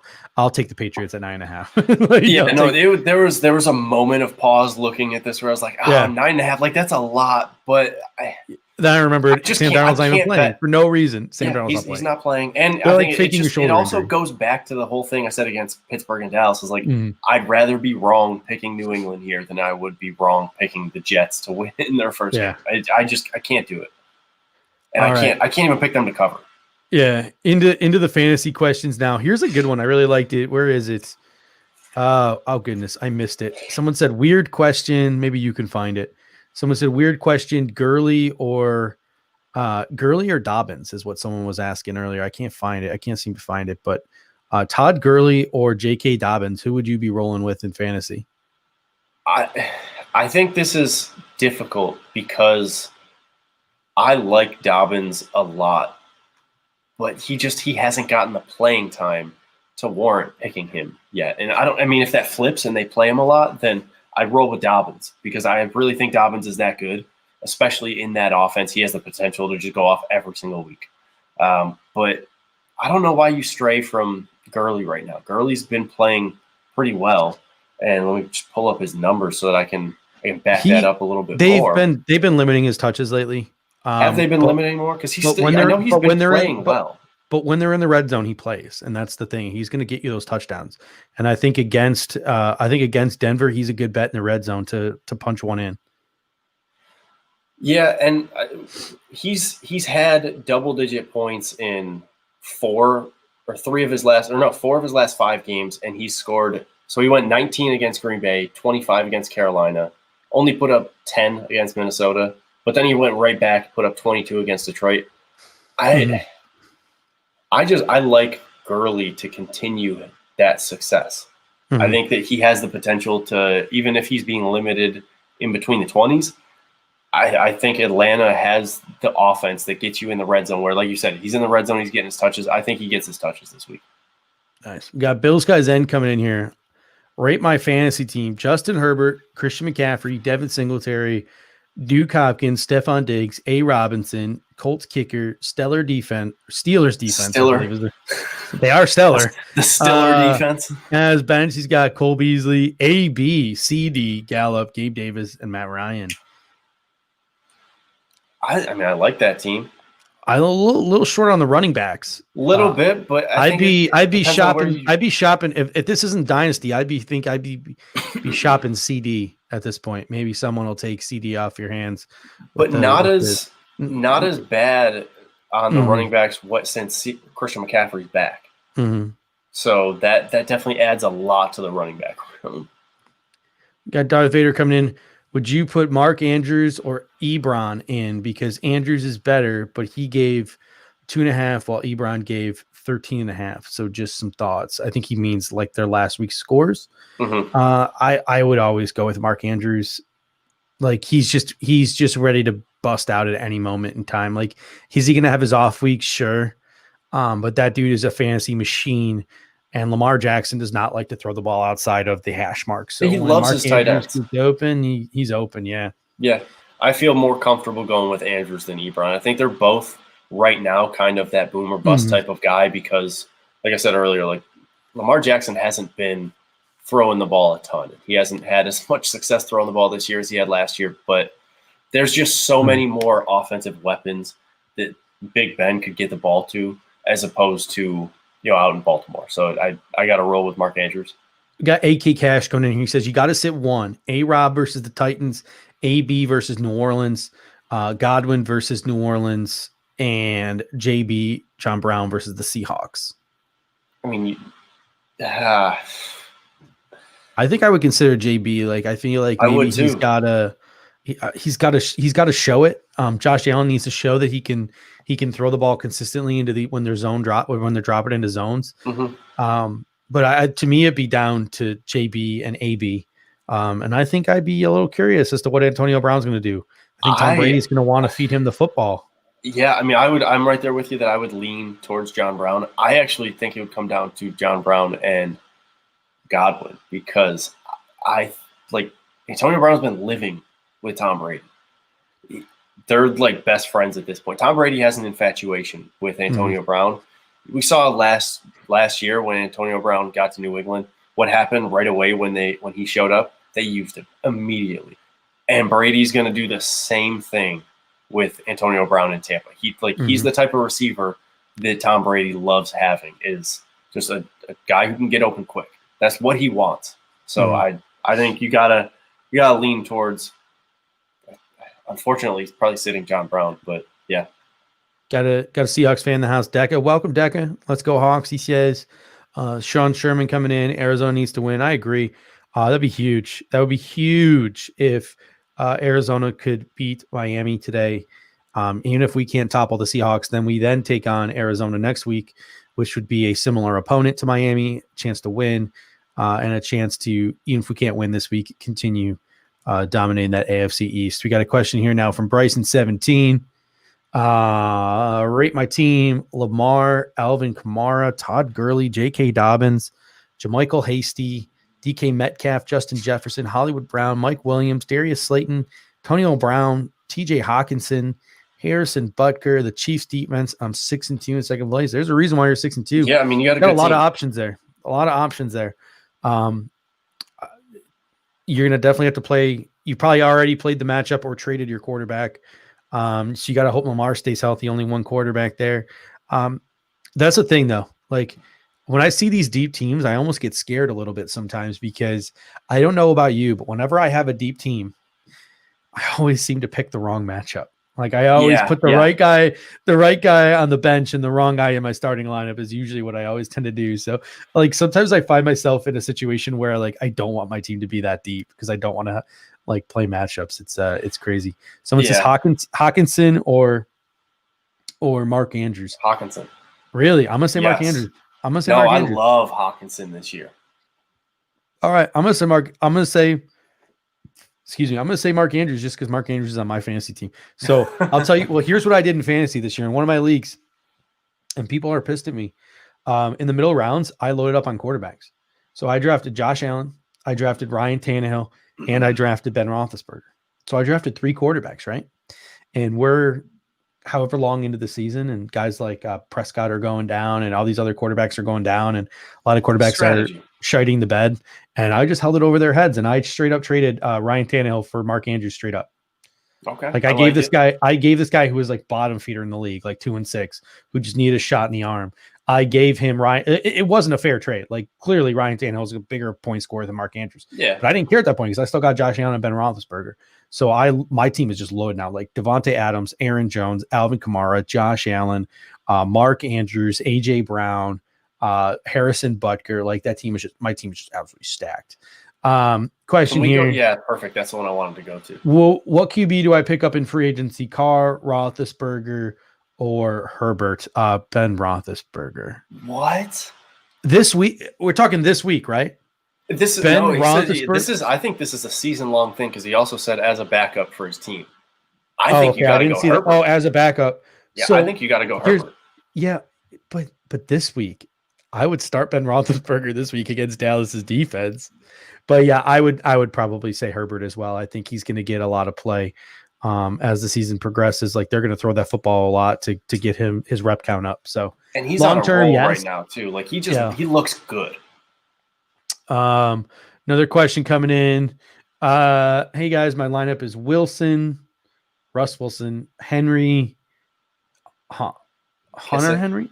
Derrick Henry. Derrick Henry. Sorry, yeah, running backs: McKissick, Amari Cooper, Allen, Kirk, Aguilar, Andrews, Ebron, Tucker.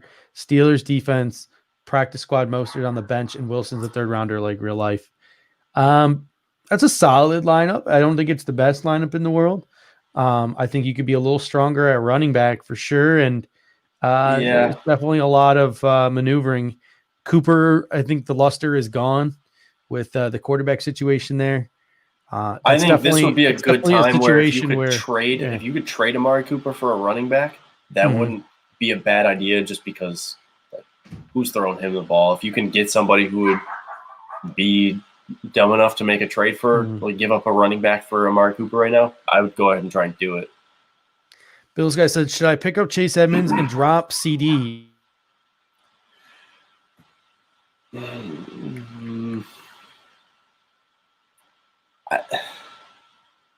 I don't know. It's a good one. I think if Kenyon Drake was out for like an elongated amount of time, I'd feel more confident in calling that one.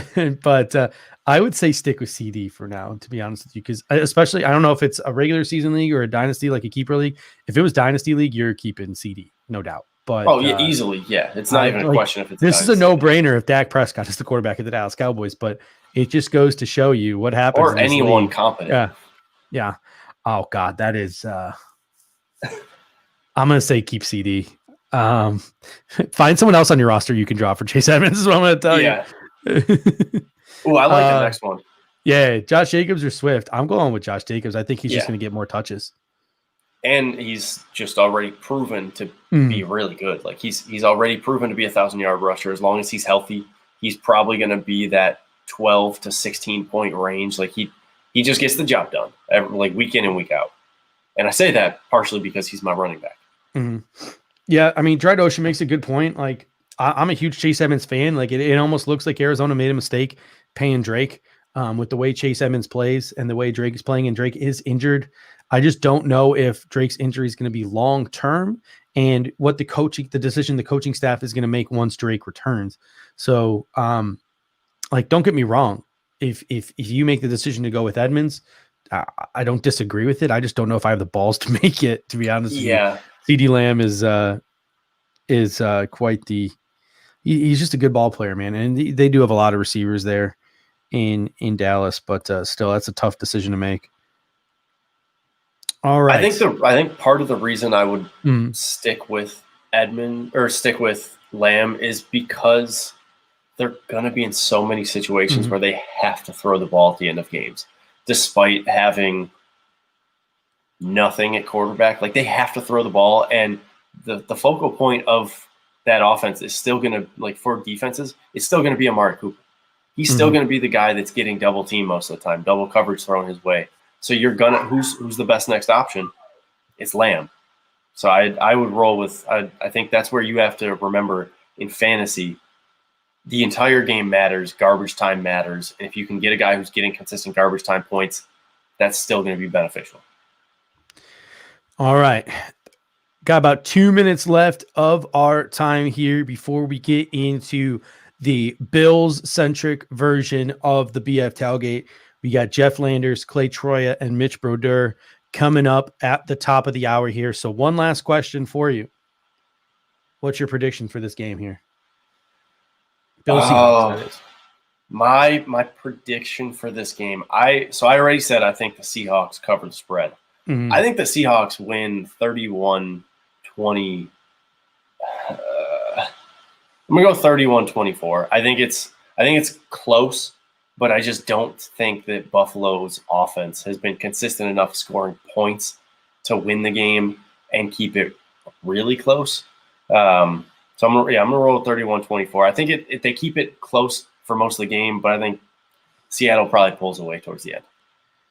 All right. So, ladies and gentlemen, that'll do it for the Fantasy Hour.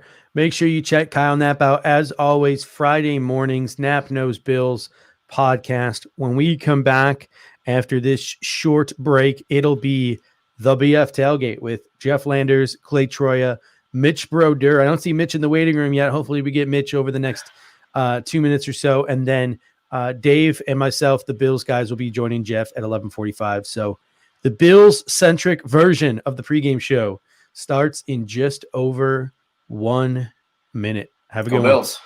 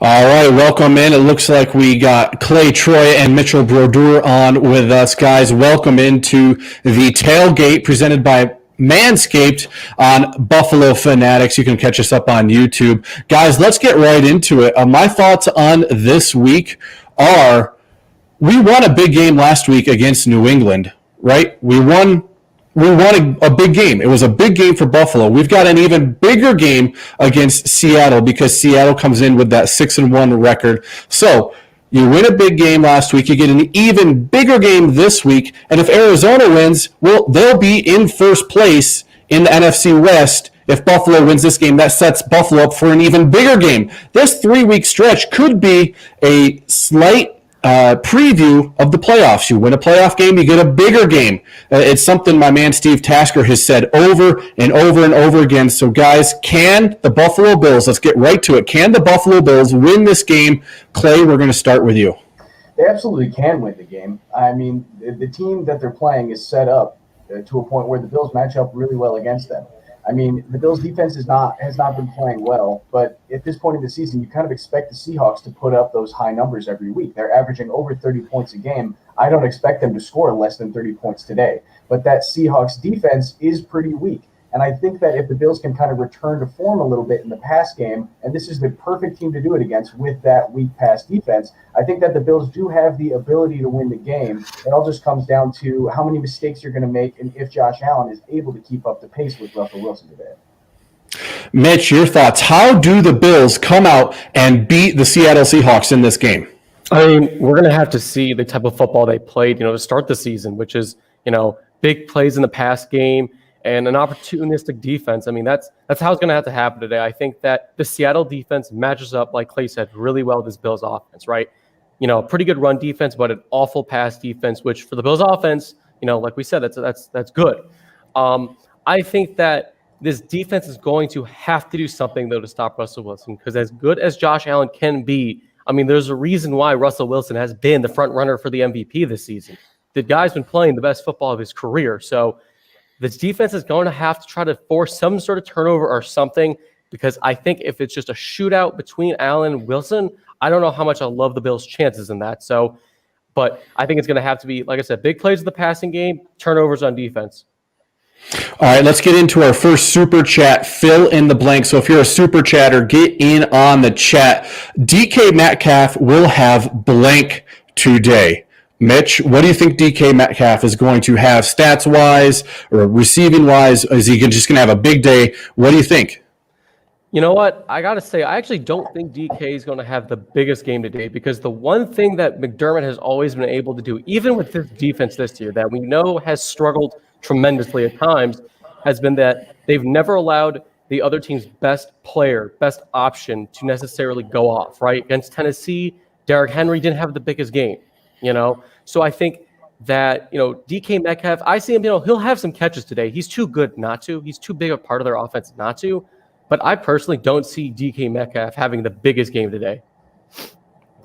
All right, Sean M. gets in on the tweet, says 169 yards, 2 TDs. Clay, what do you think about that? 169 yards and 2 TDs for DK Metcalf? That seems a little bit excessive to me. I don't think it'll be that much. I think he will get a decent amount of touches today. You kind of have to pick and choose who you want to cover. You can't cover Tyler Lockett and DK Metcalf. You can't double cover both of those guys. So one of them's gonna have a little bit of a good stat line today. I think one of them's gonna go over 100, at least one touchdown, probably for each of them. They're both really good wide receivers. They're super dangerous. It depends who you want to put Tre'Davious on. He's struggled historically with big wide receivers. Do you put him on Lockett? If that's the case, DK might have a little bit of a better game. Are you constantly having over the top help on DK because he's a deep threat?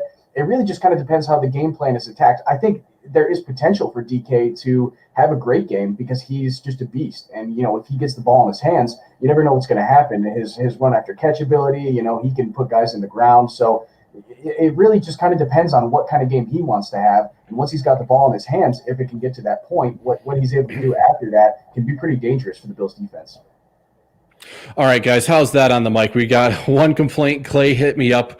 Brand new mic. I got it in this week. Hadn't even had a chance to audio test it through the system yet. So I was only on 50% volume too. So sorry about that, guys. Yeah, I think DK Metcalf, he's going to have a DK Metcalf game, and that's going to be big numbers. Hopefully he doesn't run anybody down from behind. If we can get Hyde, Poyer, or Trey to get their first TDs or interceptions, this week. So hopefully he doesn't catch anybody from behind. DK is going to have a good game. I think he'll be over 100 yards with at least one score. And that's what Buffalo's really going to have to shut down.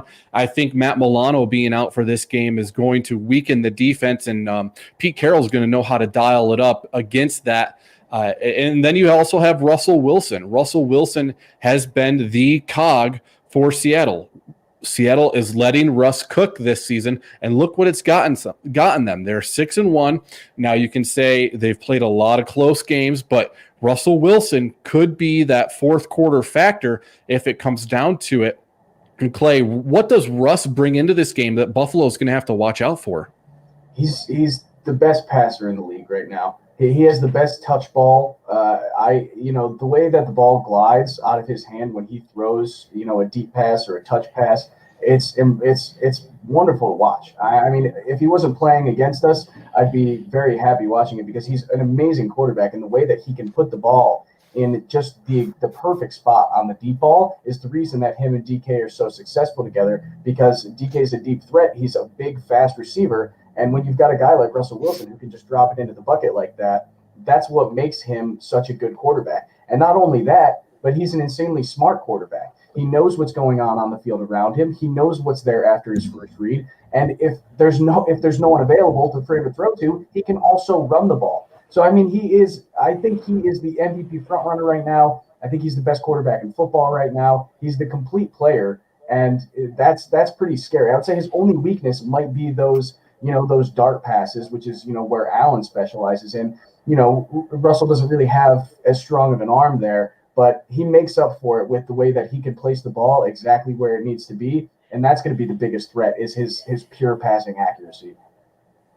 Clay, what do you think on Russell Wilson today? Or excuse me, Mitch. I mean, Clay put it perfectly. I mean, he's about as hard to defend as any quarterback in the league. And I mean, like I said, he's been playing the best, some of the best football out of anyone this season. It's going to be a tall task for this Bills defense. I think that the biggest thing is they're going to have to limit the big plays over the top, because Wilson is the best deep ball thrower in the NFL, especially with those two receivers with Lockett and Metcalf. So, it's going to be tough.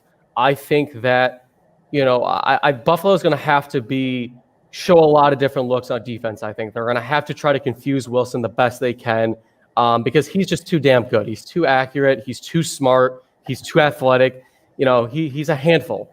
I think they're going to have to, show a lot of disguises and really just try to kind of trick them into some maybe, not so good decisions. But that's easier said than done on Wilson. So it's going to be a tough one for them, I think, today. All right, here's a comment I wanted to get to regarding that Bills defense. I can't click on it, but James Parsons says A.J. Klein in coverage is going to make Olsen look like a vintage Gronk. I think there was an article out there that said PFF has ranked A.J. Klein one of the worst linebackers in the league this year. So that second level of the Bills defense, you're going to have Klein, Edmonds, and we'll see who comes out on the active list, of whether it's going to be Delshon Phillips or Darren Lee, or maybe even you get a sighting of Deion Lacey in there at that other linebacker position. So Greg Olsen is going to be one of the players on the Seahawks that can get into that second level and just really, really tear it apart. So, and Russell's going to know how to do that. He's not just going to be throwing over the top. I think he's demonstrated the ability to get the ball to where it needs to go. And Buffalo's second line defense, second level defense, I should say, not second line. This ain't hockey. Klein, Edmonds, and we'll see who fills in. Could be a liability. Mitch, what do you think? I mean, I think you definitely have to be a little concerned. I mean, we saw what happened with this defense against, Mike Gesicki, Travis Kelce. It was a problem for him. I mean, Greg Olsen, he's not the player he once was, but he still is an effective player. But I'll be honest. I mean, if that's the guy that, is going to be the focal point of the Seattle's offense today, to be honest, I'm not so sure as a Bills, from a Bills perspective, that I'd be that upset with that. I think I'd rather have them try to, use Greg Olsen to beat the Bills instead of Lockett or Metcalf. So as much as, it has been a problem for this defense, athletic tight ends, Greg Olsen is still, an older guy. He's not quite the playmaker he once was. And, I'd rather have him try to beat our defense than, Metcalf or Lockett. So, that's, to me, I always think that would kind of play in the Bills' hands, if anything. Okay, Clay, how does the defense stop Seattle's offense? Because that's really going to be the biggest question in this game. Honestly, I don't think you can. I think that the offense or the defensive game plan for the Bills this game should be just to slow them down, because I don't think you can stop their offense. They're so high octane, high scoring, big play oriented. I mean, I think the best plan of action would be to do a similar game plan that you did against Kansas City, and that's drop everybody back as much as you can, take away those big wide receiver threats like Tyreek Hill and Mecole Hardman. They took those guys away as they were pretty much non-factors in the game. Travis Kelce did have a few catches here and there, and we could see Greg Olsen kind of play a little bit of that. But to be honest, I'm more worried about Will Dissly than Greg Olsen at the tight end position, and make them run the ball. Their top two running backs are out injured right now. If you can force the Seattle Seahawks to run the ball, even if they do give up, a similar like they did against the Chiefs, even if they give up 250 rushing yards, I think that's the best possible way that they can win the game, because that would hold them maybe to 24 points instead of 34 points, which is what you would expect to see from the Seahawks if they can get that passing game going, is that 30-plus point range. Yeah, you gotta score points and keep up with them. That's why I think on offense, so we're going to flip sides of the ball, you're going to have to throw all over the place in order to keep up. Buffalo is number 1 in the league on third down, so it's not going to be a problem of staying on the field. It's going to be a matter of punching the ball into the end zone for the Bills. Now, against that 32nd ranked Seattle defense, I wonder if the Bills come out with a similar game plan of what they did against New England. Try to run the ball as much as they can to open up that passing game, let Josh Allen air it out. But the problem with that is, what's the middle of the offensive line going to look like? What are our projections with Mitch Morris being out? We're not sure if Cody Ford is going to play, so that could leave Ike Butker, Feliciano, and Brian Winters across that middle of the offensive line. Clay, what is your projection for what the Bills are going to do up front today?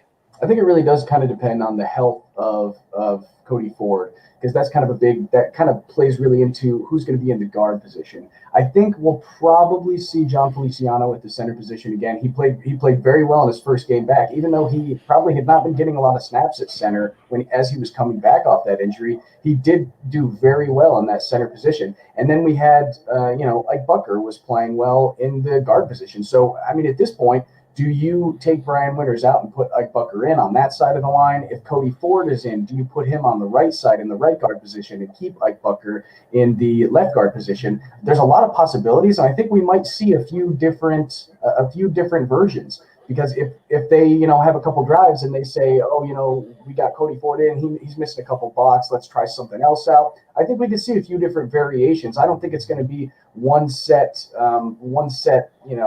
group of 5 guys on that line. I think it'll be switched up, and it probably should be, really, because at this point in the season, I don't think they really know who the best 5 guys are to put on the. I agree with the comment, by the way. I would love to see Brian Winters not on the field at all, but he's going to be at some point, and that goes back to Cody Ford being injured and coming off an injury. If he's completely healthy, I would love to see him on the field in Brian Winters' place on the right side of the line there. Keep Ike Bucker on the left side. All right, it's 9:15. We're going to do a quick hitting fantasy segment every 15 minutes. First one, coming up at 9:30 after we get the inactives, 11:30 East Coast time. Still getting used to that, guys. 9:30 my time. So 11:30 on the East Coast. It'll be a super chat choice. So if you're a super chatter, get your fantasy topic in. We'll take the best one at 11:30. So Mitch, let's go with our first fantasy 15. Who has the biggest day in Seattle at Buffalo? Which player is going to come out with the most fantasy points? I think that, today I'll go with Russell Wilson, because in the end of the day, the guy always shows up. He's always putting up big numbers, and against, this Bills defense, which has not been great this season, you do got to, think that Wilson's going to have some touchdowns today, going to put up some big passing yards. And on top of that, this Bills defense has struggled with containing the quarterback. We saw it with Ryan Tannehill a couple weeks ago. And, Russell Wilson is athletic as any other quarterback in the league. So I'll go with Russell Wilson. Clay, what do you think about this one? I'm going to agree with B-Flow Mafia News. I think Tyler Lockett's going to have the best fantasy game today. I think, DK Metcalf is kind of, his big thing is the deep threat. And he can run the deep ball and the comeback route. But other than that, those are his 2 big things where he gets a bulk of his fantasy points on. And I think the Bills will be able to take away that deep threat because Micah Hyde is back this week. So Jordan Poyer, Micah Hyde, whoever's on that side of DK, they're going to be that over-top guy, and they're going to make sure that no one gets behind them. DK being the guy that they need to worry about the most. I think Tyler Lockett is more of a versatile player where he can really run any route in the route tree. He can catch the ball anywhere. He's one of the best toe drag wide receivers in the league right now. I think he's probably going to be the biggest threat because he can catch it anywhere on the field, whereas DK is a little more limited.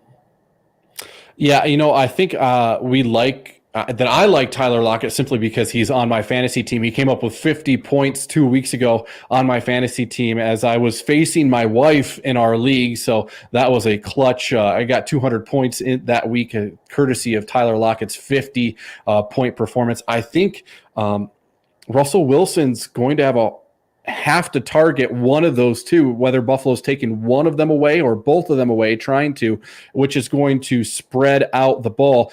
Same thing on the other side of the ball. I think Allen has to spread out the ball as much as possible, and that's going to take fantasy points away from anybody having one huge day. So I actually think that we're going to have a nice, even fantasy spread across this day, but personal reasons, I'd like to see Tyler Lockett have another big day and Seattle still come away with a loss. So, all right. We've gotten into this game pretty far, but I want to take a step back. We've talked a lot about Russell Wilson. There was an article in The Athletic by Tim Graham that said Bud Nix wanted to draft Russell Wilson in 2012. They missed out on him by a half a round, I think it was. Bills fans are kind of kicking themselves, but the way the last 3 years have gone, I'd still like the direction of our franchise with Allen. But my question for the fill in the blank in your super chat, get in there. Russell Wilson could even take the blank to the playoffs. Mitch, fill in the blank. Russell Wilson could even take the blank to the playoffs. I'm not going to say the Jets, but you know what? I'll go. I think he could take the Washington football team to the playoffs. Pretty good defense. Terry McLaurin's a nice receiver. Antonio Gibson, the rookie out of Memphis, has been a nice running back for him. So we've seen Wilson have some pretty poor teams around him and carry them into the playoffs. And I think Washington, he could definitely take that team to the postseason. So I'll go with them. Clay? I'd say the Giants. Giants are kind of a team that's often forgotten, but they actually do have a lot of good players on that roster. And, I think maybe, I'm not saying Danny Dimes is terrible, but I don't think he's a very good quarterback, at least not right now. And I think if you put Russell Wilson in that offense, he could make something happen. He's got, Tate over there is a great wide receiver. Is there, there's some other good young talent that can catch the ball over there. I think it would be interesting to see if he was on the Giants. I think they'd be a pretty good team. We have a comment from Ryan, looks like Seelbach, that says the Browns. And I think the Browns could be making the playoffs with Baker Mayfield this year. They've got a very tough division to get through with some competition from the Colts for that wild card spot. But I'm actually going to agree with Joseph, who said the Lions. I really think Russell Wilson could be that difference maker for Matt Patricia's Lions up there in the NFC North. So I really like that comment. Sean M says he can take San Francisco to the playoffs. Only one Buffalo. Danny Dimes is literally rookie year Josh Allen, but 10 times worse. So Russell Wilson could take the Giants to the playoffs. I think Joe Judge has that team going in the right direction, even though it's not really showing up in the win-loss column. All right, we're just about 10 minutes away from getting the inactives, which would be about 11:30 East Coast time. We've talked a lot about that offensive line already. Let's talk about the defensive backfield. Josh Norman is out for the Buffalo Bills, already ruled out. So that's going to leave Levi Wallace and Tre'Davious White as the top cornerbacks. You're going to have Taron Johnson and Saran Neal filling in that nickel cornerback. And then you've got Dane Jackson rotating in and out of that defensive backfield, along with Jordan Poyer and Micah Hyde. What do these guys have to do today in order to slow down, maybe not even stop, but just slow down that Seattle offense, Mitch? Well, I mean, ultimately, it's going to have to be a big day, I think, from Micah Hyde and Jordan Poyer. And I don't think it means necessarily interceptions or anything, but they're going to have to take away the deep ball from the Seattle offense. I think they're going to have to keep it underneath, it's short and over the middle. I think that those are the two guys that are going to really have to step it up today because, the Seattle offense, if that deep ball is clicking with those two explosive receivers on the outside, it's game over. So I look at Hyde and Poyer are going to have to really play a big game. I think just keeping the ball away from over the top. So I'll go with those two. Clay, what does the defensive backfield have to do? Just keep everything in front of them. With these guys, they're so explosive. You just don't want to be behind any of them.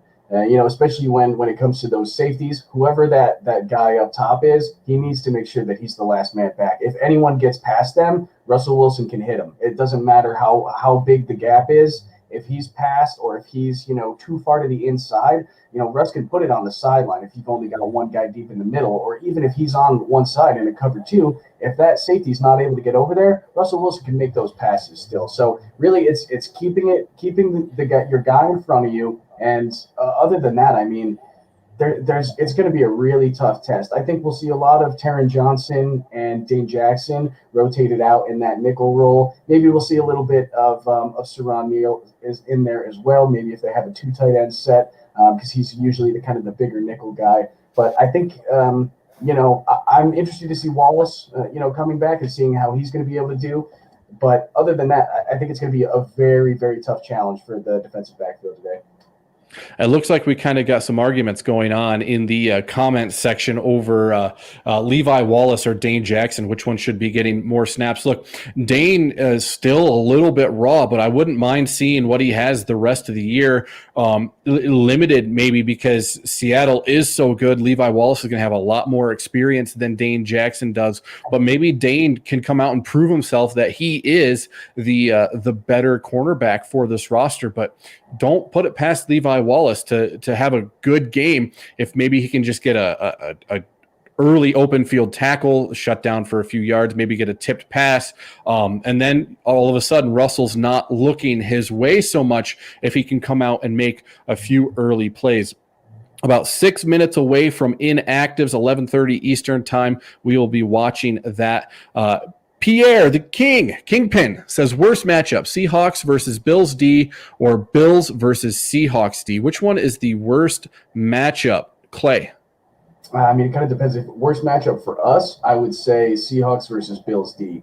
I think it's Bills offense versus Seahawks D is favorable for us. But I mean, if you're talking from a purely defensive standpoint, who has the tougher time? I'm going to say it's probably going to be the Bills defense is going to be having a more difficult time than the Seahawks defense. And that's just because, every game this year, the Seahawks have been able to light it up. And so I think, the Bills definitely have the capability of doing that, and they've done that before, but they haven't really been able to kind of score points easily the way that they were in weeks 1 through 4. So, I mean, schematically, I think it might be a little more challenging for the Seahawks defense, just because the Bills are coming off a game where they finally figured out how to run the ball. John Feliciano came back and added a little bit of juice, a little bit of gumption to the offensive line. So I think that's huge. So I think schematically it's probably going to be harder for the Seahawks defense, just because the Bills can kind of do a little bit of everything at this point. They can throw the ball down short. They can play dink and dunk football. They did that against the Jets. They can throw the deep ball. They can hit the big plays. They did that weeks 1 through 4. And then last week we finally saw them establish that run game and be able to get, both of their guys, both of the running backs had 80-plus yards and then 2 total touchdowns, both of them going to Moss, who is clearly, kind of shown himself as the red zone running back. So I think schematically it'll be hard to kind of figure out what the Bills are going to do, because I don't even know what the Bills are going to do. And I've been watching them all season. It's hard to say what their game plan is going to be going into the game, because they have been able to successfully do every aspect of the offense. All right, Mitch, I got a comment here for you from Elliot Eisler. It says, what if our 2009 defense shows up today? Is that a guaranteed W? Mitch, what are you thinking? 2019 defense coming in today? I mean, if that defense plays today, you have to think so. I mean, because, it wasn't that long ago, but that McDermott defense, when they were at their best last year, was suffocating, really just did not allow any big plays, made the offense work for every yard. And if that's the case, listen, the Bills offense can put up points and we'll have a chance in this game. Do I think, though, that we'll see this 2019 defense? I don't really think so, and I don't think we're going to see it in this game in particular. But listen, if that defense wakes up and plays the way that we thought it would going into this year, they'll have a very good chance at winning this game, because that's an elite unit when they're at their best. So I'll say for sure, but do I think we'll see that? I'm not so sure about that. I thought last week we saw a little bit of a return 2 weeks ago against the Jets, where the Jets came out, they opened up the game on offense, they had a drive, they scored some points, and then Buffalo just shut them down. That was what I saw in a lot in the previous McDermott defenses is, okay, you give up a drive, you give up some points early, that's fine. And then the rest of the game, the last 3 quarters, the second half is just shut down. And that was a trend for the Bills defense. And we really hadn't seen it a whole lot until that Jets game on October 25th. They kind of let up again against New England. You can't do that. You cannot have a repeat performance against that Patriots offense from the Bills defense that we saw last week against the Seattle team. If that shows up, the Bills are going to have a very hard day on the defensive side of the ball, and they might not be able to have enough stops in them to get Josh Allen, that fourth quarter Josh Allen, to have one last drive in him, where we know Captain America, as Deion Dawkins calls him, to get him to that point where he can bring the Bills back. So we'll see how much the Bills defense can shut down in the second half against this Seattle offense, because I think that's really where it's going to be is, okay, you give up some points in the first quarter, maybe in the second quarter, but then make your adjustments, figure out what's going on, where's their weak point, and take advantage of it. That's what we're known for as Buffalo's defense, what we've seen Buffalo's defense do time and time again until this year. Clay, we've been over it and over and over again. How does the Bills defense do that? Is there a possibility of doing that? I mean, I think early in the season it was more of a scheme issue. I think that was kind of exposed the most against the Titans, how bad that scheming issue was, and it was an adjustment to the scheme issue in that game as well. They were running a lot of man coverage that game when they didn't have the personnel to run man coverage. That was a game Tre'Davious White was out, who's probably your best, press coverage corner on the team. He's out. Josh Norman can't press anymore. He can't be a press cover corner. And Taron Johnson just got beat up in that first half. And there were no adjustments made really in that second half where they kind of changed to more of a softer zone to keep everything in front of them. They stayed with man. I think, a big thing with the Jets is they made good halftime adjustments. And that's why they were able to go in and shut them down after.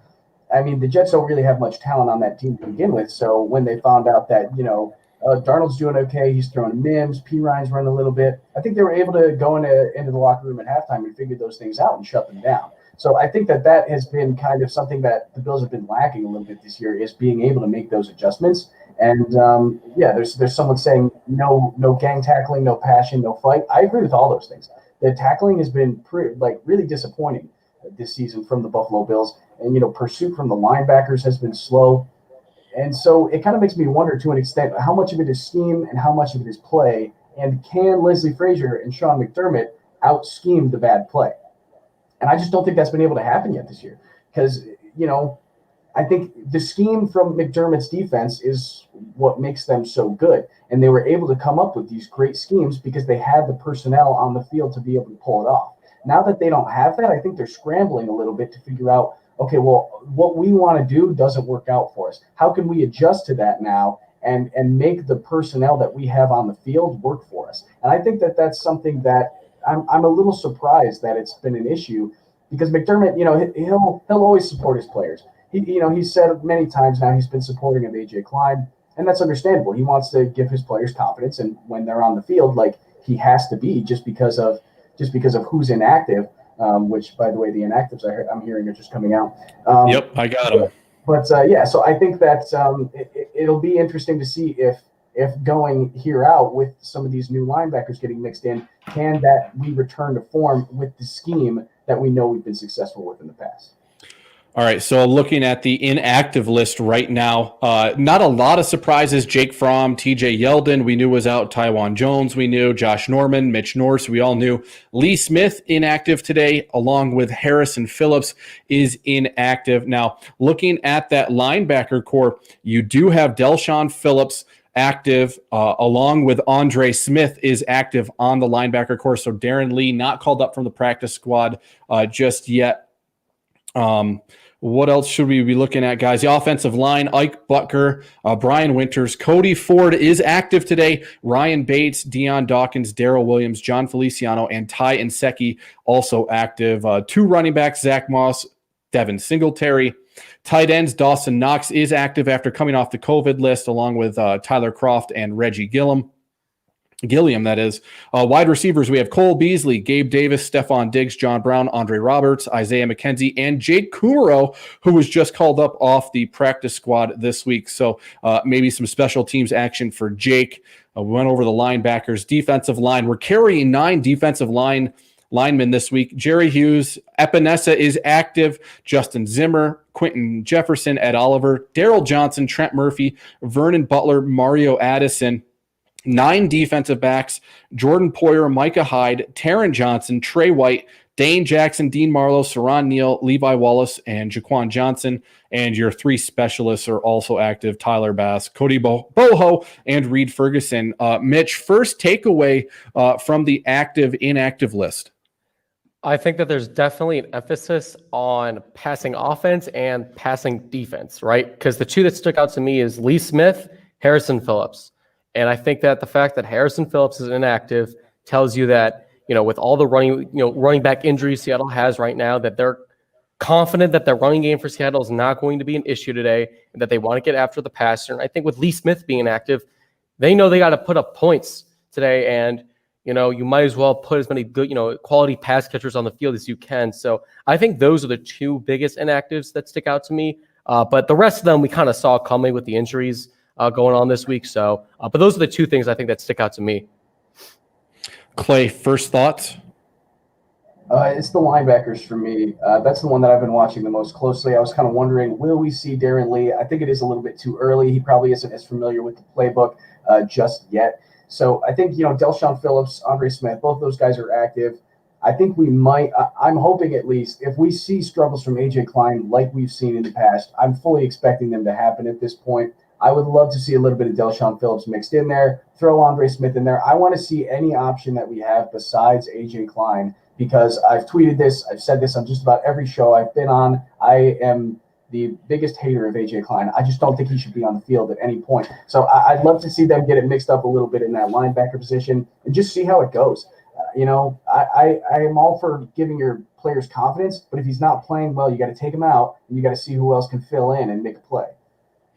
Guys, I have the Seattle inactives right here as well. Running back Chris Carson is out, as well as running back Carlos Hyde. So that puts the Seattle offense down to DJ Dallas as their running back. They're going to be their feature running back. So maybe Buffalo can maybe lay off the accelerator on the rushing defense and focus in on that Seattle passing attack. So both of them being out, I think, is a big break for Buffalo.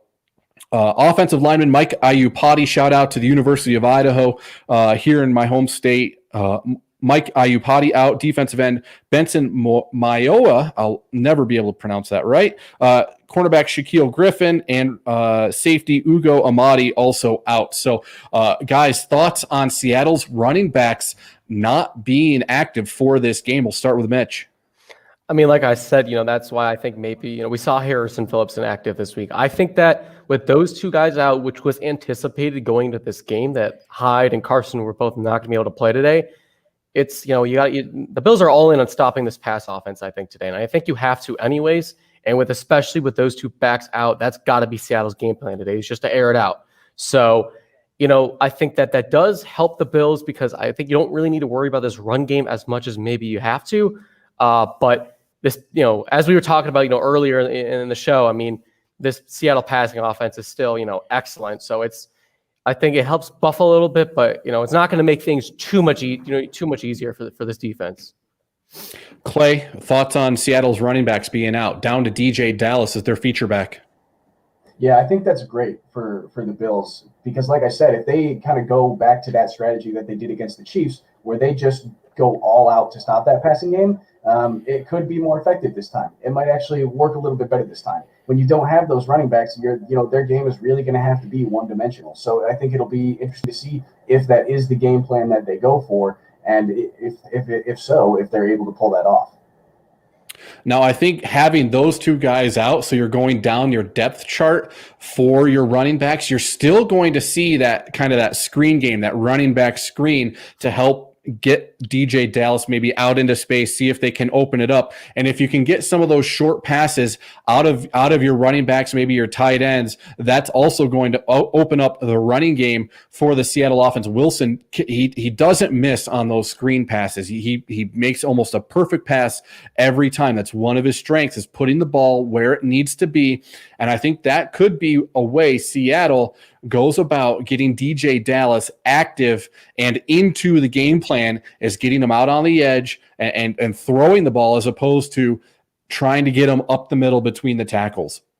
Now, since we've been over the inactive list that came out at 11:30, we've got our 11:30 fantasy 15s to cover. Let's try to pull one out of the comment section. If you got a comment on a quick hitting fantasy topic, go ahead, put it in that chat. We'll see if we can pick up a few of them before Mitch and Clay leave us here at about 11:45. And while we wait for that, guys, let's get our best fantasy question out of the comments. While we wait for that, guys, it's the bucket of death.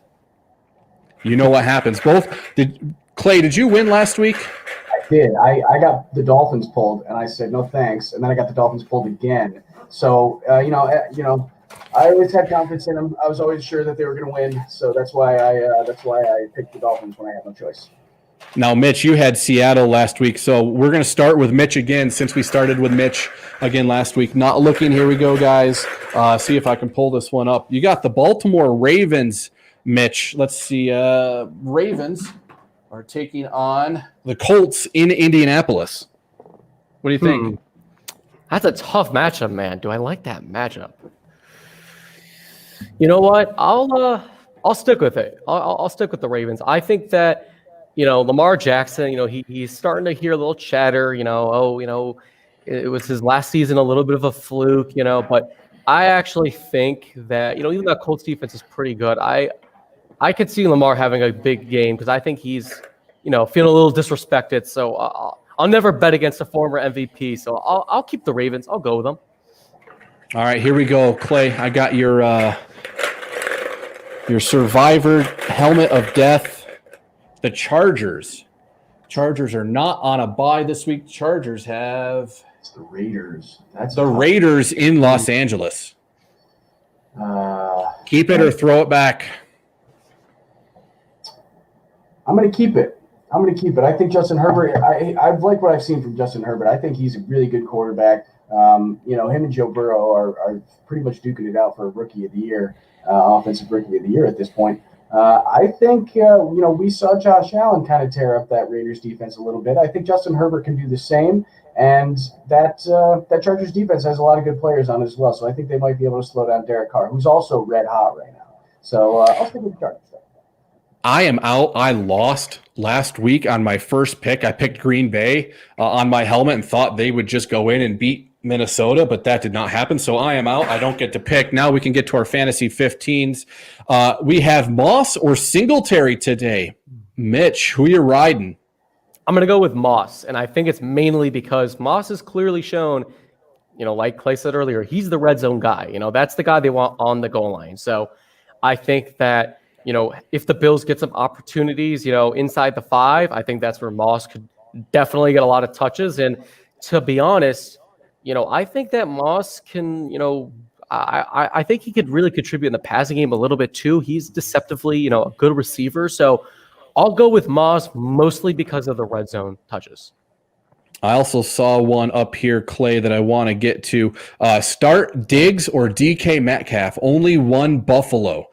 Clay, who are you starting, Diggs or DK? I would go with Diggs. I think DK is going to be the guy that the Bills are trying to really focus on to shut down. Like I said, I think Tyler Lockett's going to have the better fantasy game out of the two wide receivers, the top two wide receivers on the Seahawks.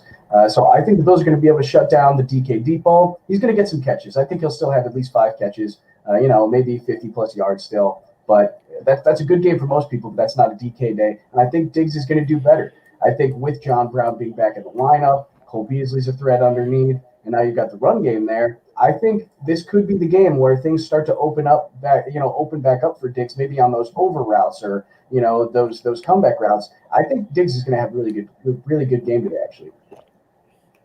Now, I saw a comment here, just went back up that says if John Brown isn't 100% today, we're not going to win. That's not an understatement because John Brown has been such a linchpin for this offense. And we've seen what's happened when he's out. The defenses can key in on Stephon Diggs a lot more. And I also think Dawson Knox being out has hindered the Buffalo Bills offense. So if John Brown isn't 100% ready to go today, Buffalo's offense could have a little bit of problems with Seattle trying to key in on Stephon Diggs. Now, 9:42, we got about 3 minutes left with Mitch and Clay before we bring on some more Buffalo fanatics for the rest of the tailgate, guys. So let's get into predictions. Clay, we'll start with you. What is your prediction for this game, and how do you think it ends up? I'm going to say my final score prediction, I'll say 34-31, and I think it's going to be the Bills. I think the Bills have a little bit of an edge at this point. They finally got the monkey off their back against New England last week, and all they need to do is slow down. The Bills defense needs to slow down the Seahawks offense just a little bit, and I think if Josh Allen could return to form today, then 34-31 feels like a decent score to me. I think it's going to come right down to the end of the game. Whoever has the football last, I think, is going to win the game because I think it's going to be an old-school shootout. The weather out here in Buffalo is beautiful today. It's good throwing weather. I'm excited to see it. Yeah, I think Josh Allen returned to form. We saw him take 4 steps forward to start the season. Now he's taken 2 steps back over the last quarter of the season. Can he even be 1 step forward again to have that 3 steps forward net gain from the end of 2019? So, big day for Josh Allen. Mitch, let's get to you and what your predictions are before we head on out and bring some more Buffalo Fanatics in. Man, I think I'm going to go with 35-31, and I hate to be the Debbie Downer here, but I'm going to go with Seattle. And I don't think that this is something that like Bills fans should be too, discouraged about, because listen, man, Seattle, they could win the Super Bowl this year. They're about as good as any team in the league. So I think it's definitely going to be a shootout, but Buffalo will have a chance to win this game. And especially if Josh Allen, like you said, if he can at least take a step forward again, there'll be some opportunities, but I just think that the Seattle offense has just got so much in the passing game, so much juice, that I think that could be an issue. So I'll go with Seattle 35, Buffalo 31. All right, Mike Trotter says 31-21 Seattle. I've got my prediction saved for the end of the show, so stick here with the Buffalo Fanatics tailgate. I'll have my predictions coming up, guys. I want to take this time to say thank you for joining me, and let's go Bills. Any last thought? What are you eating for the Bills game today? I mean, what am I eating? I might get some wings, honestly. I think I'm gonna probably grub up some wings to the house. So that's my plan. Just keeping it classic, simple. I haven't even thought about food yet. At this point, maybe I'll get some bada bing from downtown Buffalo. Get that delivered or something like that. But I do want to say one more thing before we go, and I think that's okay. Win or lose today for the Bills. Whether the Bills win or lose, if they play well and if it's a close game, I think that's a great sign for the future, because we kind of don't really know who the Bills are at this point. But if they're able to hang with this team, who's one of the best in the league, then I think that's a good sign that the Bills are going to be able to make the playoffs and maybe win a couple games there as well. If the Bills can hang close and make it a close, even in a loss, I think I would be happy, as long as we don't have those 2 or 3 disappointment moments that we're so used to having as Bills fans. Clay, Mitch, thank you for joining us, and we will be right back with some more Buffalo Fanatics tailgate. Buffalo Fanatics, look, I'm going to give you my 5 reasons why these Seahawks have to worry about these Buffalo Bills. Number 1, Josh Allen. They're going to have to figure out a way to stop a guy who's been consistently taking advantage of bad defenses. And the Seahawks aren't just a bad defense. They're the worst defense in football.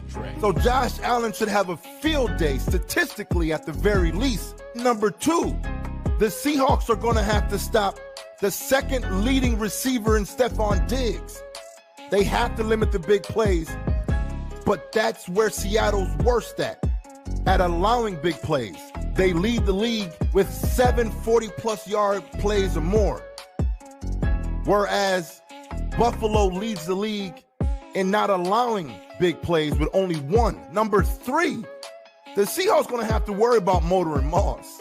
They showed last week how they can both take over games, and it looks like with John Feliciano back, they're going to have to stop the running game for sure. Number 4, the Seahawks are going to have to get Buffalo off the field on 3rd downs, because as of right now, the Bills are number 1 in converting 3rd downs.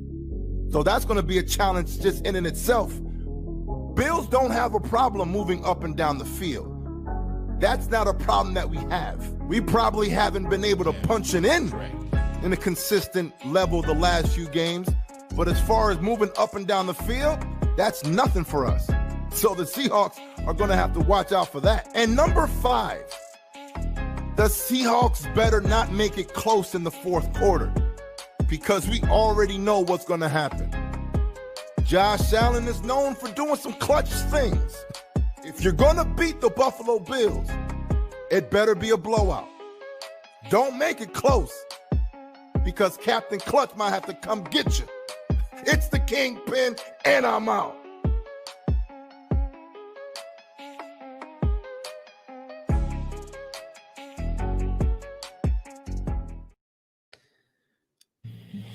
All right, guys, we are back, and I love that from Kingpin, giving us everything that we need to know about this game. Bring us back up. I missed the schedule. There we go. We got Judge Mathis and Tilt Money, David Tilt. Tilt, is the first time I'm speaking to you. Thanks for joining me. As the newbie here at Buffalo Fanatics, I got to say thank you for coming on. You've really been thrown into the fire here, getting to have to host this thing right off the bat, huh?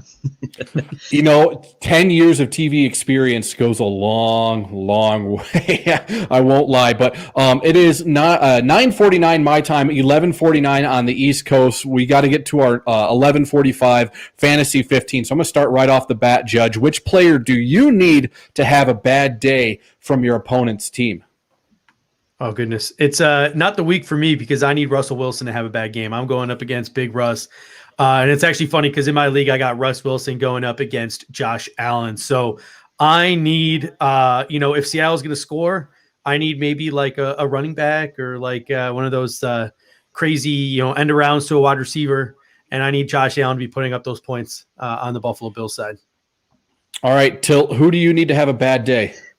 Well, coincidentally enough, I'm going against Josh Allen, but I'm using him in another league, so that cancels out. So what I need today is for the Tampa Bay Bucks offense on Sunday Night Football to have a bad day. My opponent has Leonard Fournette, Chris Godwin, and Rob Gronkowski. So I need Brady to have an off day today against the Saints.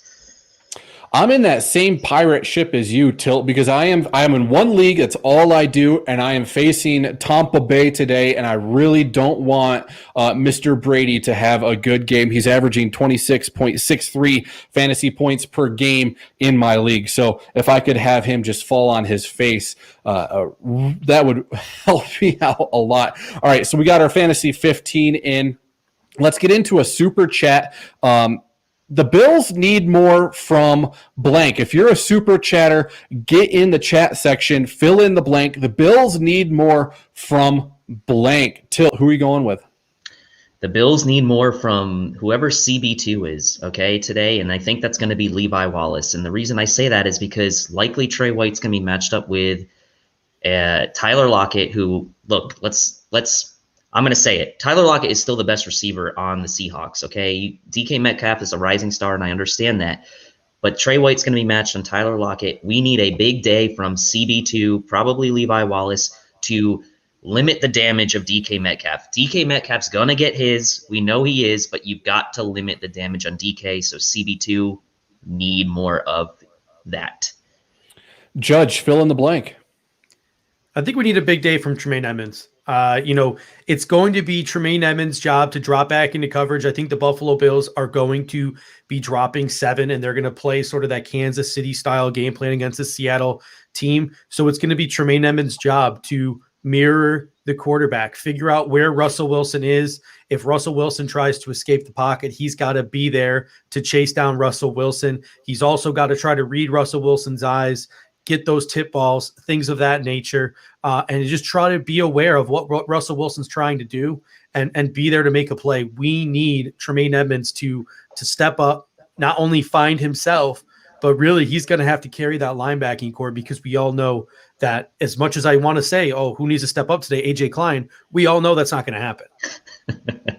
All right, my fill in the blank for this one is going to be Hyde, Poyer, or White. The first 3 years in this defense with those three, they had 31 interceptions in Sean McDermott's system. This year, goose egg, 0 interceptions. Today is the day for Hyde, Poyer, and White, maybe all of them, to get on the board. If they can get Russell Wilson to make a mistake, a tipped pass, an errant throw, which is rare for him, but they need to come up with a takeaway to limit Seattle's possession. So I think the Bills are going to need a lot more from Hyde, Poyer, and White, especially against DK, against Tyler Lockett, and Russell Wilson. Thoughts on that, Judge? I'm sorry, I was so busy producing. The player you chose was the secondary, right? Yeah, Hyde, Poyer, and White. Yeah. So the secondary is going to be like massively key. I mean, like at the end of the day, it is that Kansas City style game plan. We're going to have to drop back these guys into zone coverage, and it's going to be on this secondary not only to shut down what Seattle does. Like, it's vitally important the defensive line gets a little bit more pressure and shuts down the run better than they did against Kansas City. So if the defensive front does their job, it's up to our secondary to pick off a pass this week. I know we had a fumble in that Kansas City game, but we did not get enough turnovers in that Kansas City game to sort of flip for the way we were deciding to play that game. When we decided to drop people back like that, you got to get turnovers. They were waiting out Andy Reid. They were waiting for Andy Reid to get impatient. They were waiting for Andy Reid to throw into that zone coverage, and he just never did it. Seattle is down to their third, fourth, and fifth string running backs.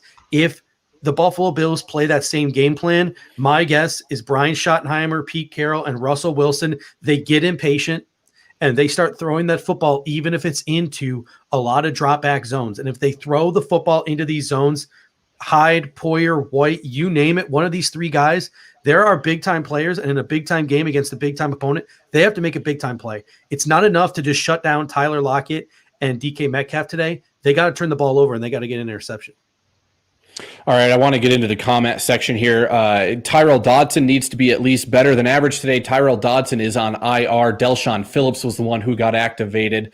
Darren Lee did not get activated as well, but I want to get to Pierre's comment. Kingpin, the Bills need more from the guards. Good guard play. The entire offense opens up. Bills will have to put up 30 plus. I think that could happen. I think it can happen too. What is the likeliness of it happening is a different story. I give it 50-50 whether the Bills can get to 30 points.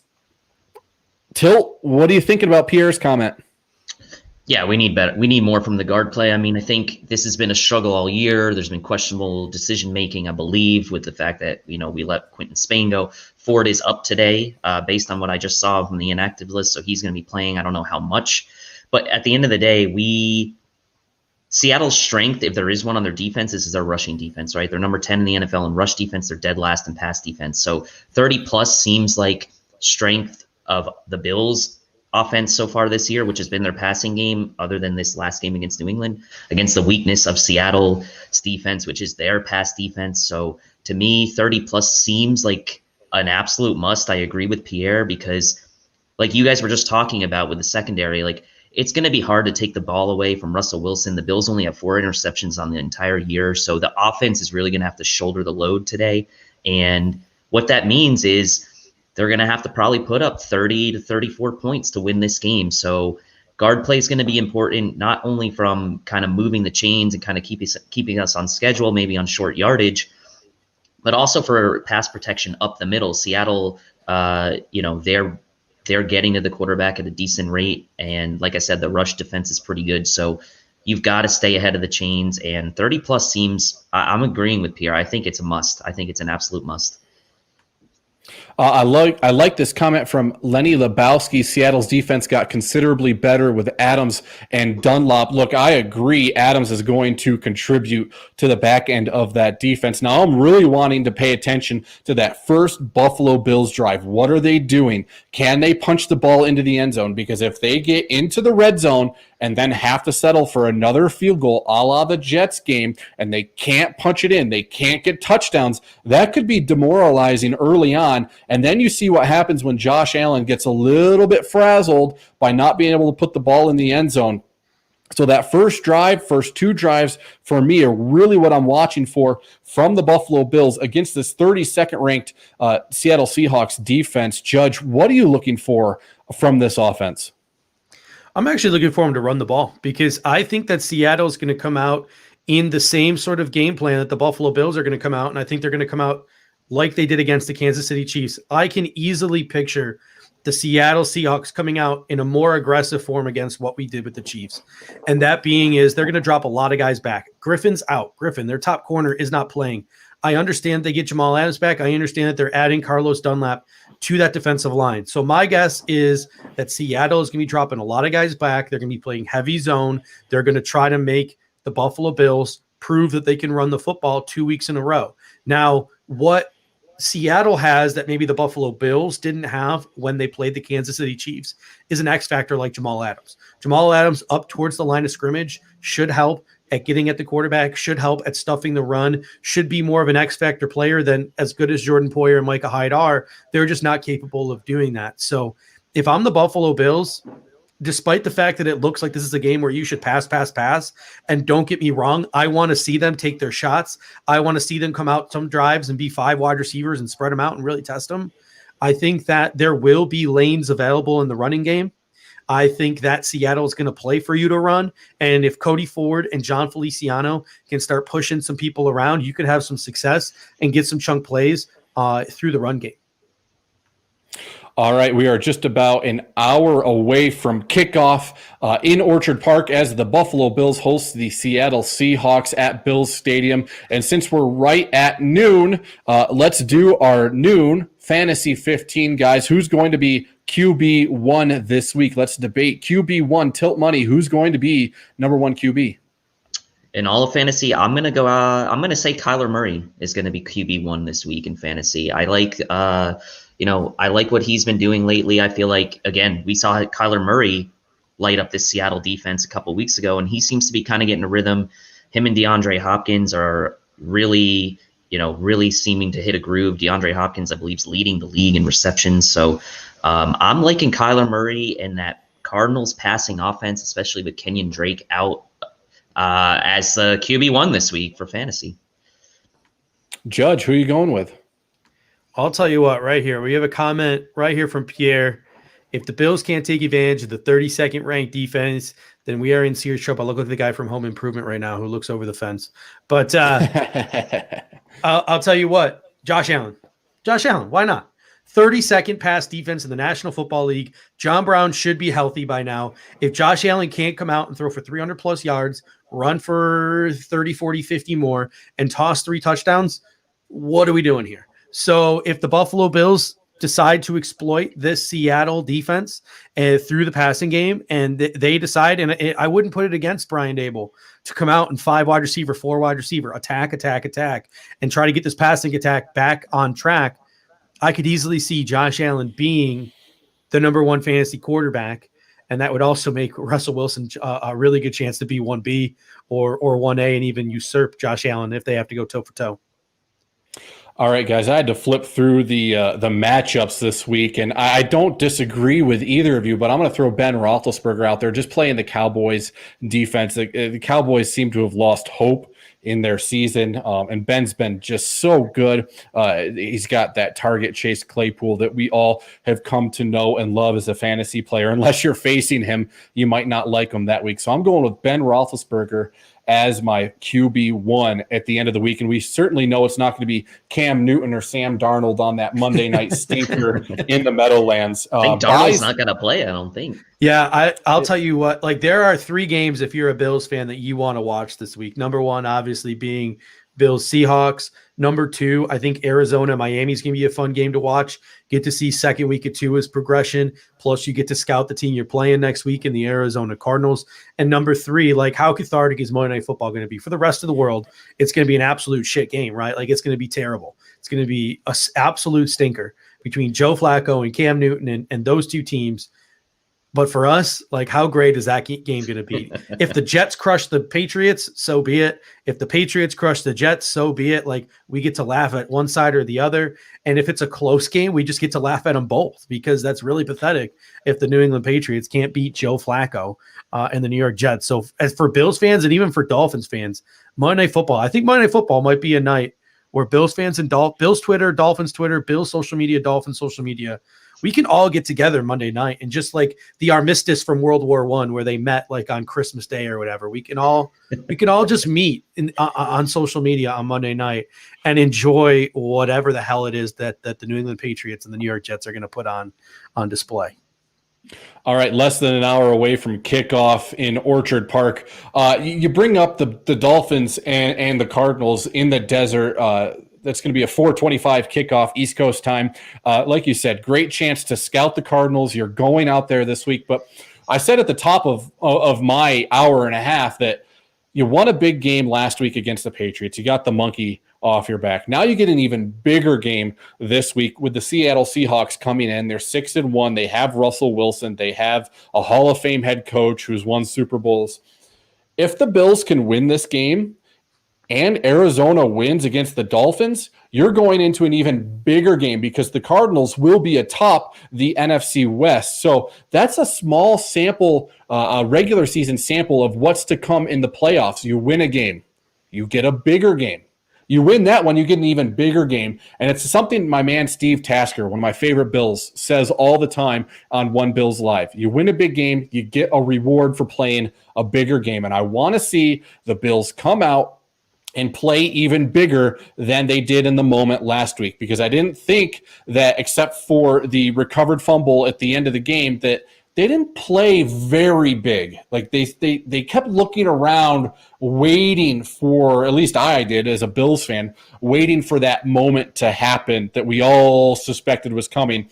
And then they finally got the flip side of that with the moment we wanted, getting that fumble to ice it. So you played big last week, play bigger this week. How do the Bills play bigger this week? I think it just comes down to Josh Allen, honestly, right? I mean, you think about how much people have been kind of talking about the Bills. Tony Gonzalez on Thursday night was talking about how the Bills are skating backwards, and just all this talk about Seattle this, Seattle that, Russell Wilson, MVP. Yes, he's the front runner for MVP, but if the Bills want to get back into the favor and always constantly fighting an uphill battle, 6-2, still fighting an uphill battle, get back in the favor of sort of getting the respect from, peers and national media. This is a game for Josh Allen to say, look, I can go toe to toe with Russell Wilson, the, presumptuous MVP at this stage in the season, and I can beat him. And if that's the case, then that kind of sets the Bills on that sort of momentum into the second half of the season to say, like, look, we can win big games. A playoff game's not going to be too big for us. This potentially is a Super Bowl matchup, like looking way down the road. So for me, it starts and ends with Josh Allen today. If you want to get like this sort of like perception that you beat New England last week, but you didn't come up big, quote, to beat them. You kind of got lucky, as some people say, with that fumble recovery. Just go out and beat Seattle today, and there's honestly nothing anyone can say. If you beat Seattle, I don't care how you do it. You have to get recognized. You have to kind of tip your hat to the Bills, because all I've heard all week is how great Seattle is and how they're a Super Bowl contender, Super Bowl favorite. So that's to me what you have to do. Josh Allen has to come out and, like Steve said, maybe be QB1 in fantasy this week and kind of outduel Russell Wilson. All right, the Bills have a 10% leverage to make the playoffs with a win. This from an account on Twitter that I did not pull up and write down the name, but you all know the leverage chart. So if the Bills can beat Seattle, they have gained 10% leverage to make the playoffs. If they lose, they're about at an 80% total. So this win could put them at 90% or more. Judge, how ecstatic would we be with 7 games to go in this game? Let me make sure that number's right. 1, 2, 3, 4, 5, 6. Yeah, it'd be 7 games after this week. Got to do my math. Judge, 10% leverage to get in with a win over this team. What are you thinking? I think it's more than just the leverage, right? It's the fact that, whenever we have to play up to an opponent, when we play teams like Kansas City, or even last year when we played up to opponents, teams that we weren't squaring up with, we didn't feel like we were even with, or not teams that we were punching down with, teams that we were punching up to, we felt like we struggled against. And so if you can come out and you can beat this team, that's going to give us as Bills fans, no matter what the percentage is, immense confidence that not only can they make the playoffs, but that once they get there, they can actually do something. Like, we don't want to be the Cincinnati Bengals. We don't want to be the Houston Texans. When we get to the playoffs, we want to win the damn game. Like, we've made the playoffs 2 of the last 3 years. So I think the narrative shouldn't be, getting to the playoffs. I expect this team to get to the playoffs. These next 2 games are against NFC opponents. They're not, to me, as important as what happens after the bye week. I really want this team to gear up after the bye week, start playing some really hot football, and lead that into the playoffs and win a game in the playoffs. But that being said, it's a week-to-week league. Obviously, playing these two NFC teams over the next 2 weeks, I'm not just going to forget about them or just call them like freebies. I want us to go out and I want to play our best football, and I want us to just keep stacking wins. I like that, and I like this comment from Lone Wolf that says this team needs to prove they can hang with the big boys, otherwise they're just another team. Tilt says that this could be a Super Bowl preview. So could next week. The NFC West champion could very well be on their way to the Super Bowl. They could have 2, maybe 3 teams in the playoffs. So you have to be able to go into the desert next week. Now, I know we're getting a little bit ahead of this week. Go into the desert next week, this week against Seattle. Play the game that you need to play, whether that is throwing, whether that is getting Moss and Singletary on the ground. So you need to prove that you're multifaceted. And I think for the last few weeks, Buffalo Fanatics talent, like you guys, like Pierre, like Rico have said, the Bills have not played a complete 3-phase game. Today would be the perfect opportunity to do a complete 3-phase game. What do the Bills have to do? We haven't talked very much about special teams. Tyler Bass, I've heard you say we have to be patient with Tyler Bass because Sean McDermott is going to be patient. But I think field goals today are going to be demoralizing. What do you think? Field goals will be demoralizing a bit, but I mean, go back to that Jets game. I like the experience he got there. 8 kicks, made 6 of them. Obviously, that helped with missing the preseason. To me, field goals will be demoralizing. You're not going to beat Seattle, by kicking field goals. So we'll see how aggressive Sean McDermott may be when we're on Seattle's side of the field and we have short yardage. We're going to pass up an opportunity to kick long field goals to go for it on 4th down. I would hope so. Extra points could be big in this game as well because, teams, let's say each team scores 4 or 5 touchdowns. Like if you miss an extra point, that could be the difference. Miss 1 or 2 extra points, that could be the difference between you having to go for 2 at the end of the game, something like that, or maybe kicking a field goal to win the game, or possibly even being down by more than a field goal. So to me, I don't even think of this game much as like a Tyler Bass game from a special teams standpoint. To me, where special teams comes in this game is on kick returns and punt returns and kind of forcing long fields. If you're the punting units on each side, make Seattle go, 80, 90 yards. Seattle's going to try to do the same thing to us, make us go 80, 90 yards. So to me, this is less of a Tyler Bass game, I think, and more of a Corey Bojorquez game and an Andre Roberts game when it comes to special teams. And also on that note, if you can make if you could create a turnover on special teams, take a possession away from Seattle, create a fumble on a punt return or something like that, that to me is also going to be big. So I'm going to be watching more, there shouldn't be a lot of punts in this game, but when we do have to punt or when Seattle does have to punt, those could be big plays, potentially making either team go, make them really earn it, go 80, 90 plus yards to score. And there's one thing I want to chime in here. Sorry, Jeff, I don't mean to interrupt, but there was a comment from PJ Ty in the comment section. He says, we have the weapons to compete and we need to show we know how to use them. They have yet to show that recently. And that's where I'm at right now. Big time players make big time plays in big time games. We have some star power on this football team. Josh Allen, Stephon Diggs, John Brown, Cole Beasley, 32nd ranked pass defense. You want to hang with the big boys, go out there and exploit it and do something. Throw for 300 plus yards. Get 3-4 touchdowns through the air. Go prove that you are the elites of the elites and that you're big time players in this league. On the defensive side of the football, you have guys like Micah Hyde, Jordan Poyer, and Trey White. And Russ Wilson's going to be throwing that football. Go get a turnover.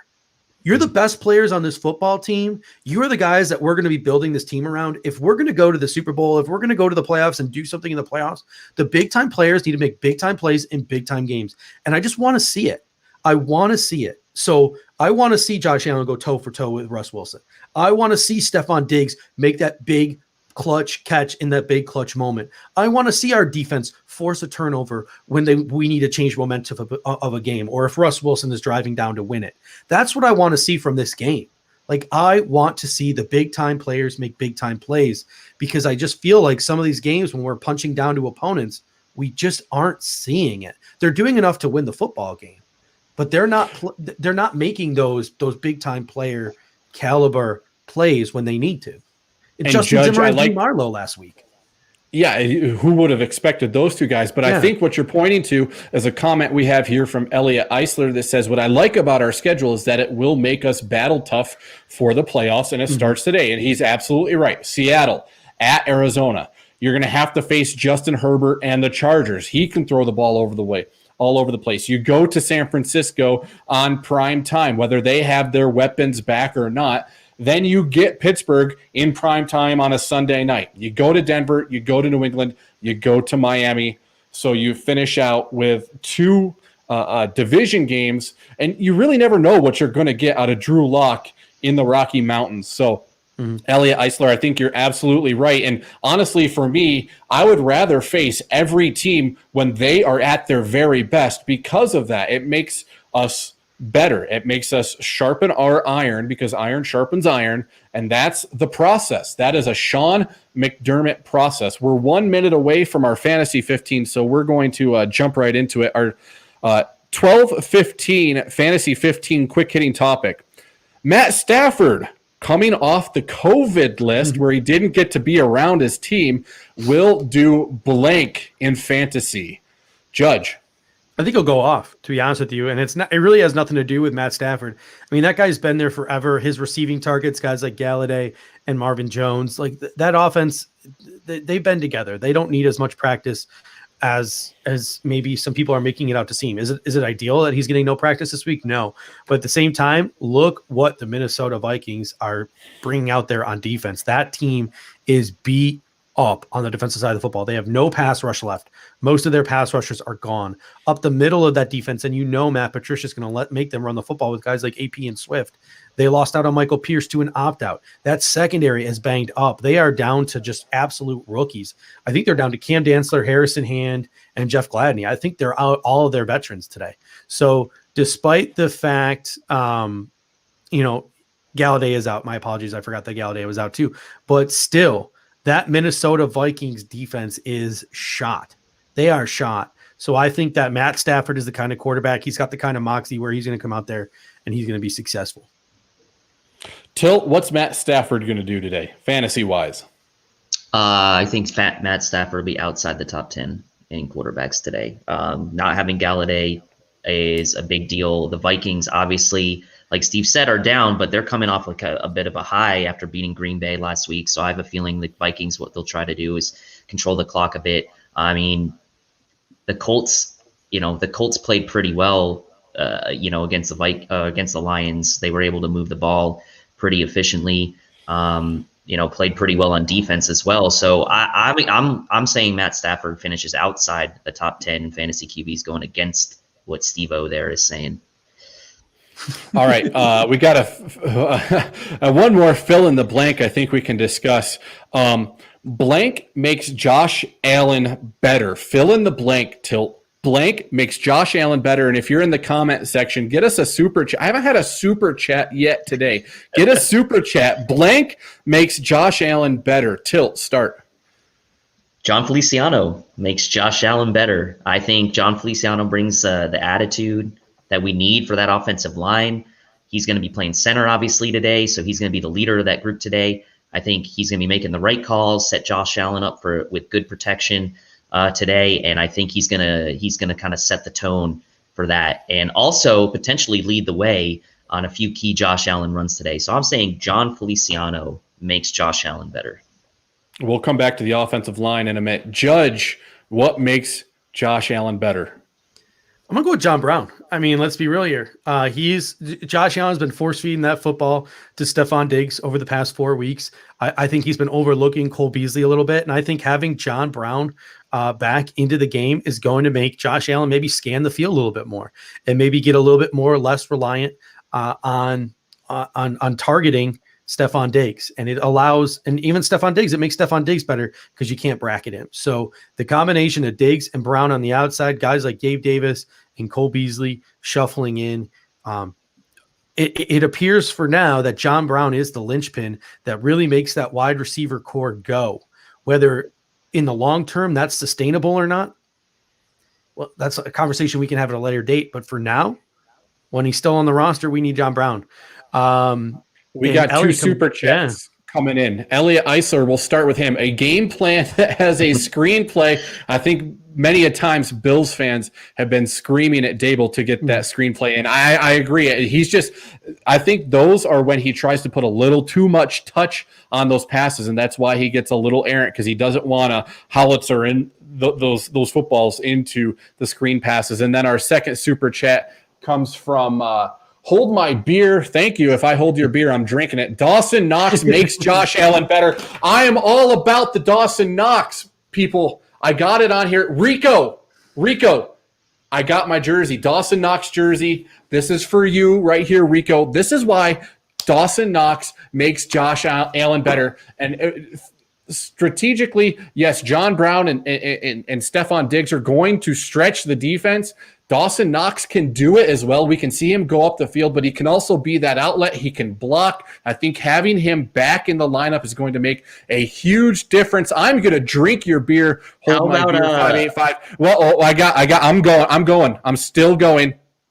The stats for Josh Allen are better with Dawson Knox in the game. With Dawson Knox in the game, Allen completes 68.6% of his passes for 1,200 yards, 10 touchdowns and 2 TDs. 10 touchdowns, 2 TDs. Without Knox, he drops down 3% passing.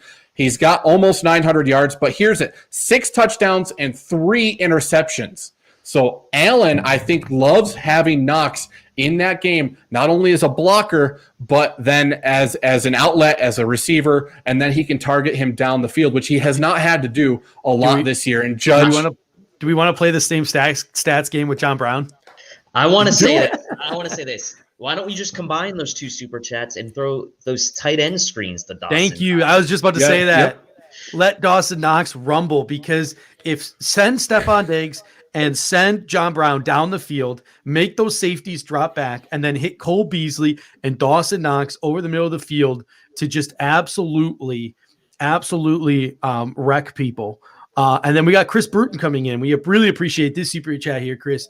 $20. He says, go Bills, Josh Allen getting his running game going. Here's another thing, too, another key aspect of having John Brown back. John Brown, Stephon Diggs running down the football field. Guys like Dawson Knox maybe stretching the middle of the football field more so than a Tyler Kroft would, because there's a little bit more speed there. DBs turning their back to Josh Allen. Josh Allen can start running the football better when they spread the football out. If I'm the Buffalo Bills today, I'm spreading the Seattle Seahawks out, and my running game is pretty much predicated on Josh Allen just spitballing. Like Josh Allen, all right, let's put out 4 or 5 wide receivers. Let's chuck it 50 times all over the secondary. See what they got. It's beautiful. Don't get me wrong. I don't think the Bills are going to do this. I've been talking all day about how I think they're going to run the ball. But still, if I were if I had the Madden controller, I'd be out 4 or 5 receivers all day. I'd be testing those corners. I'd be testing those safeties all day. And when they do cover, I just have Josh Allen tucking it and running because they're all going to have their backs turned. So if I'm the Buffalo Bills, put it all on Josh Allen today, baby. Put it all on him. Put it all on him. But we have questions about the front middle 3 on the offensive line. We talked about this with our previous guys that came on, Mitch and Clay. So with Mitch Morris still out, still in concussion protocol, is Feliciano starting at center? And if he's at center, where are the puzzle pieces falling with Ford, Winters, Ike, Butker? Maybe you get Ryan Bates in there. What's the puzzle piece for the Bills offensive line if they're going to have a huge running day, Tilt?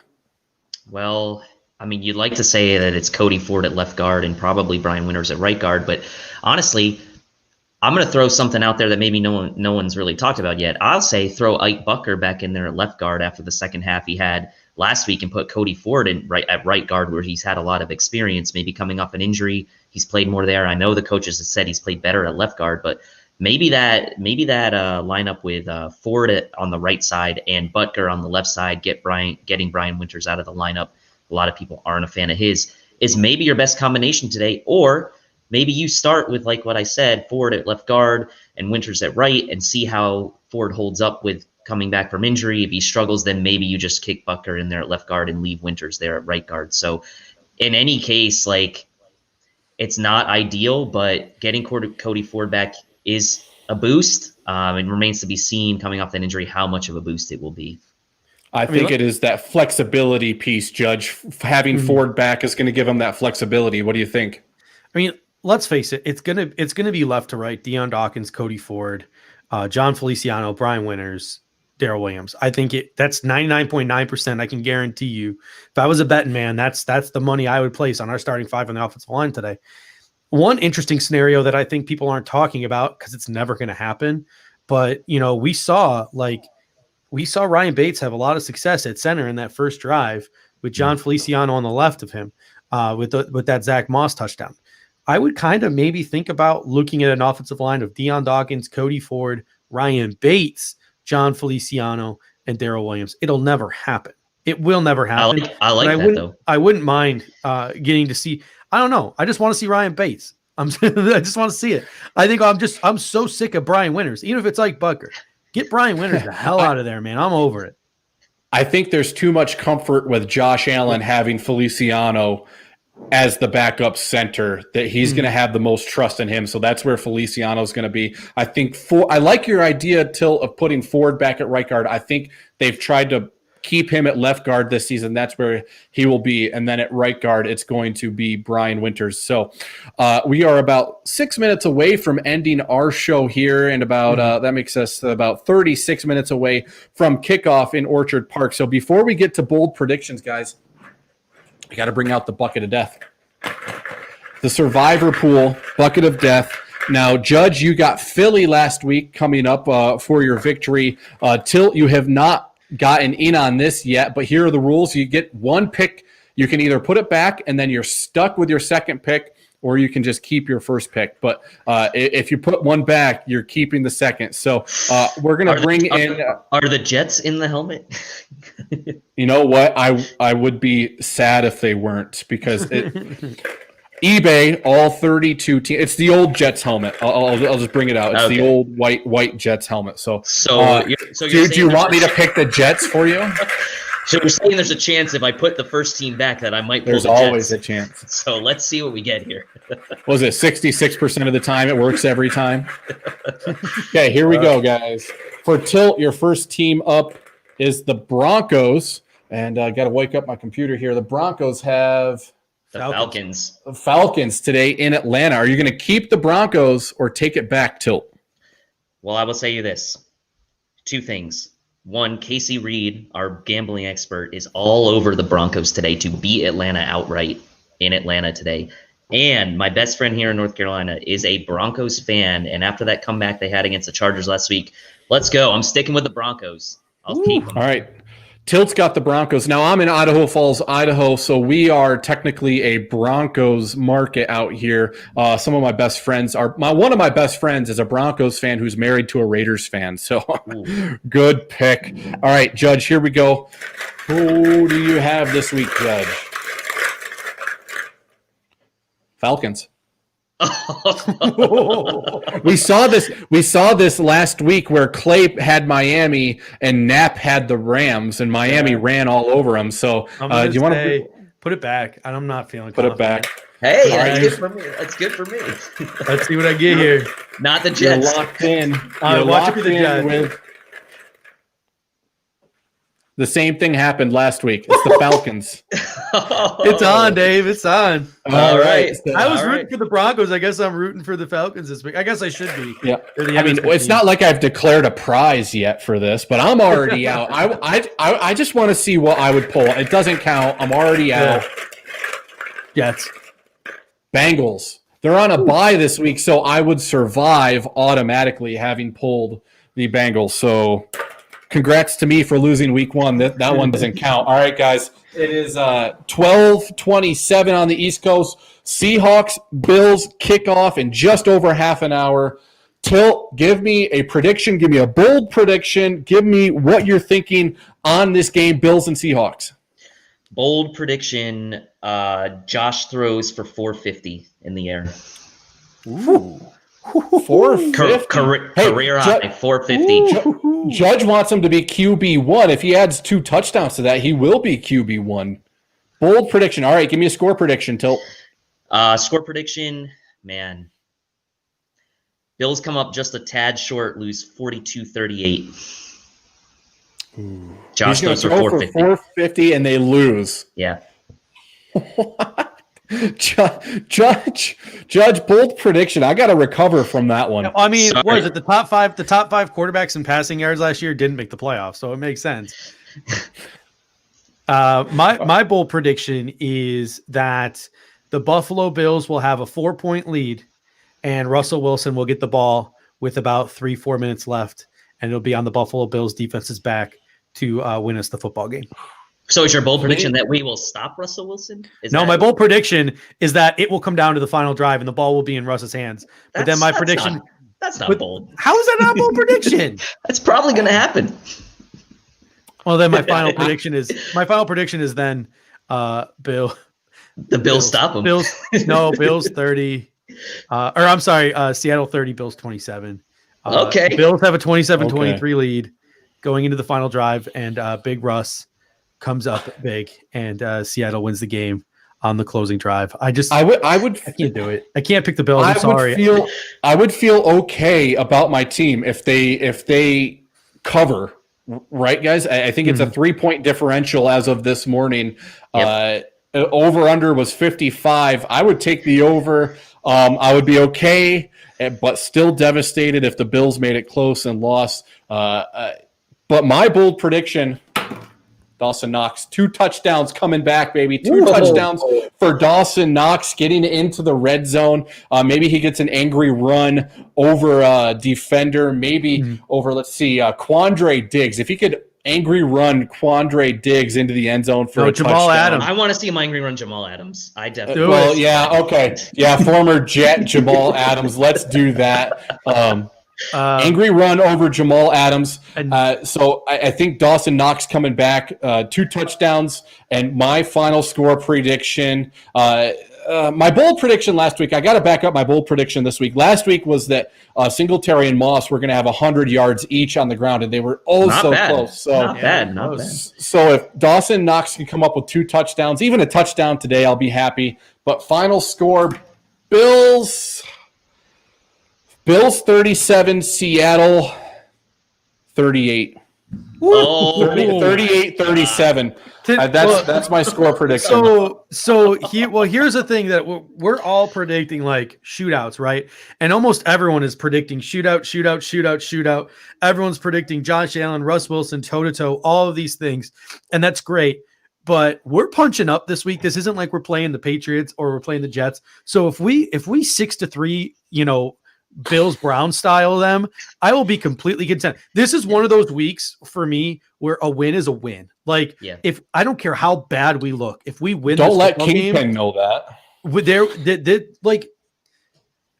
It's our job as like commentators on the Bills. We got to pick them apart every Monday. We got to figure out what went wrong, how to get better, make predictions for the next week, all those things. I don't care if Josh Allen throws 6 interceptions. If we win this football game, I don't give a damn. And you won't hear a negative word come out of my mouth. All you will hear from me on Monday is, we won. Let's celebrate. On to Arizona. Like, unless there's like a crazy injury, like if he throws 6 picks and we win, then Russell Wilson probably threw 8 picks. 8 picks, yeah. I don't care. If we win this football game, you will not hear any complaining from me. It will be on to Arizona, and we will just be having a party tomorrow night, Dave. You got to hold him to that because you know that there's a chance he backtracks on that negativity. Yeah. Maybe, but Steve's usually the optimist of the two of us. Like, I keep it kind of even keeled. He's usually the optimist. So I was actually surprised that he picked Seattle to win, and like we all went against the Bills in this game. Let's hope we're all wrong. All right, guys. I'm rocking a Moss jersey. I am rocking a Moss jersey, by the way. Ooh. All right, last question before we go. I got to drive back from my office home to get the games. What are you eating today for the game? I'm eating wings today for the game. I got wings, and my wife made some desserts, so I've got everything covered today. So wings for me. Might try to add a little extra to that with some maybe some fries or something in the mix. But yeah, wings are number one. Judge, I'm actually gonna be having a buffalo style hamburger though. I'm gonna have a buffalo blue burger. I'm grilling some burgers with some blue cheese and put some hot sauce on there. So I'm going with the buffalo blue burger. I like it. Right, I got a couple extra burgers I got to cook up. I had a pork shoulder in the sous vide for 8 hours yesterday. Pulled that out, let it rest for an hour, 2 hours, and then I put it in the crock pot with 2 Corona extras and some barbecue seasoning. We'll drain that later, finish it off with some barbecue sauce. Yeah, we're gonna have pulled pork sandwiches. Love it. And then my wife made apple crisp last night, which was delicious, amazing. And I'll be drinking some Buffalo Trace whiskey for Judge Mathis and David Tilt Money. I'm Jeff Landers. Guys, this has been the Tailgate presented by Buffalo Fanatics and brought to you by Manscaped. Hey, let's get a Go Bills. So let's go Bills. Go Go Bills.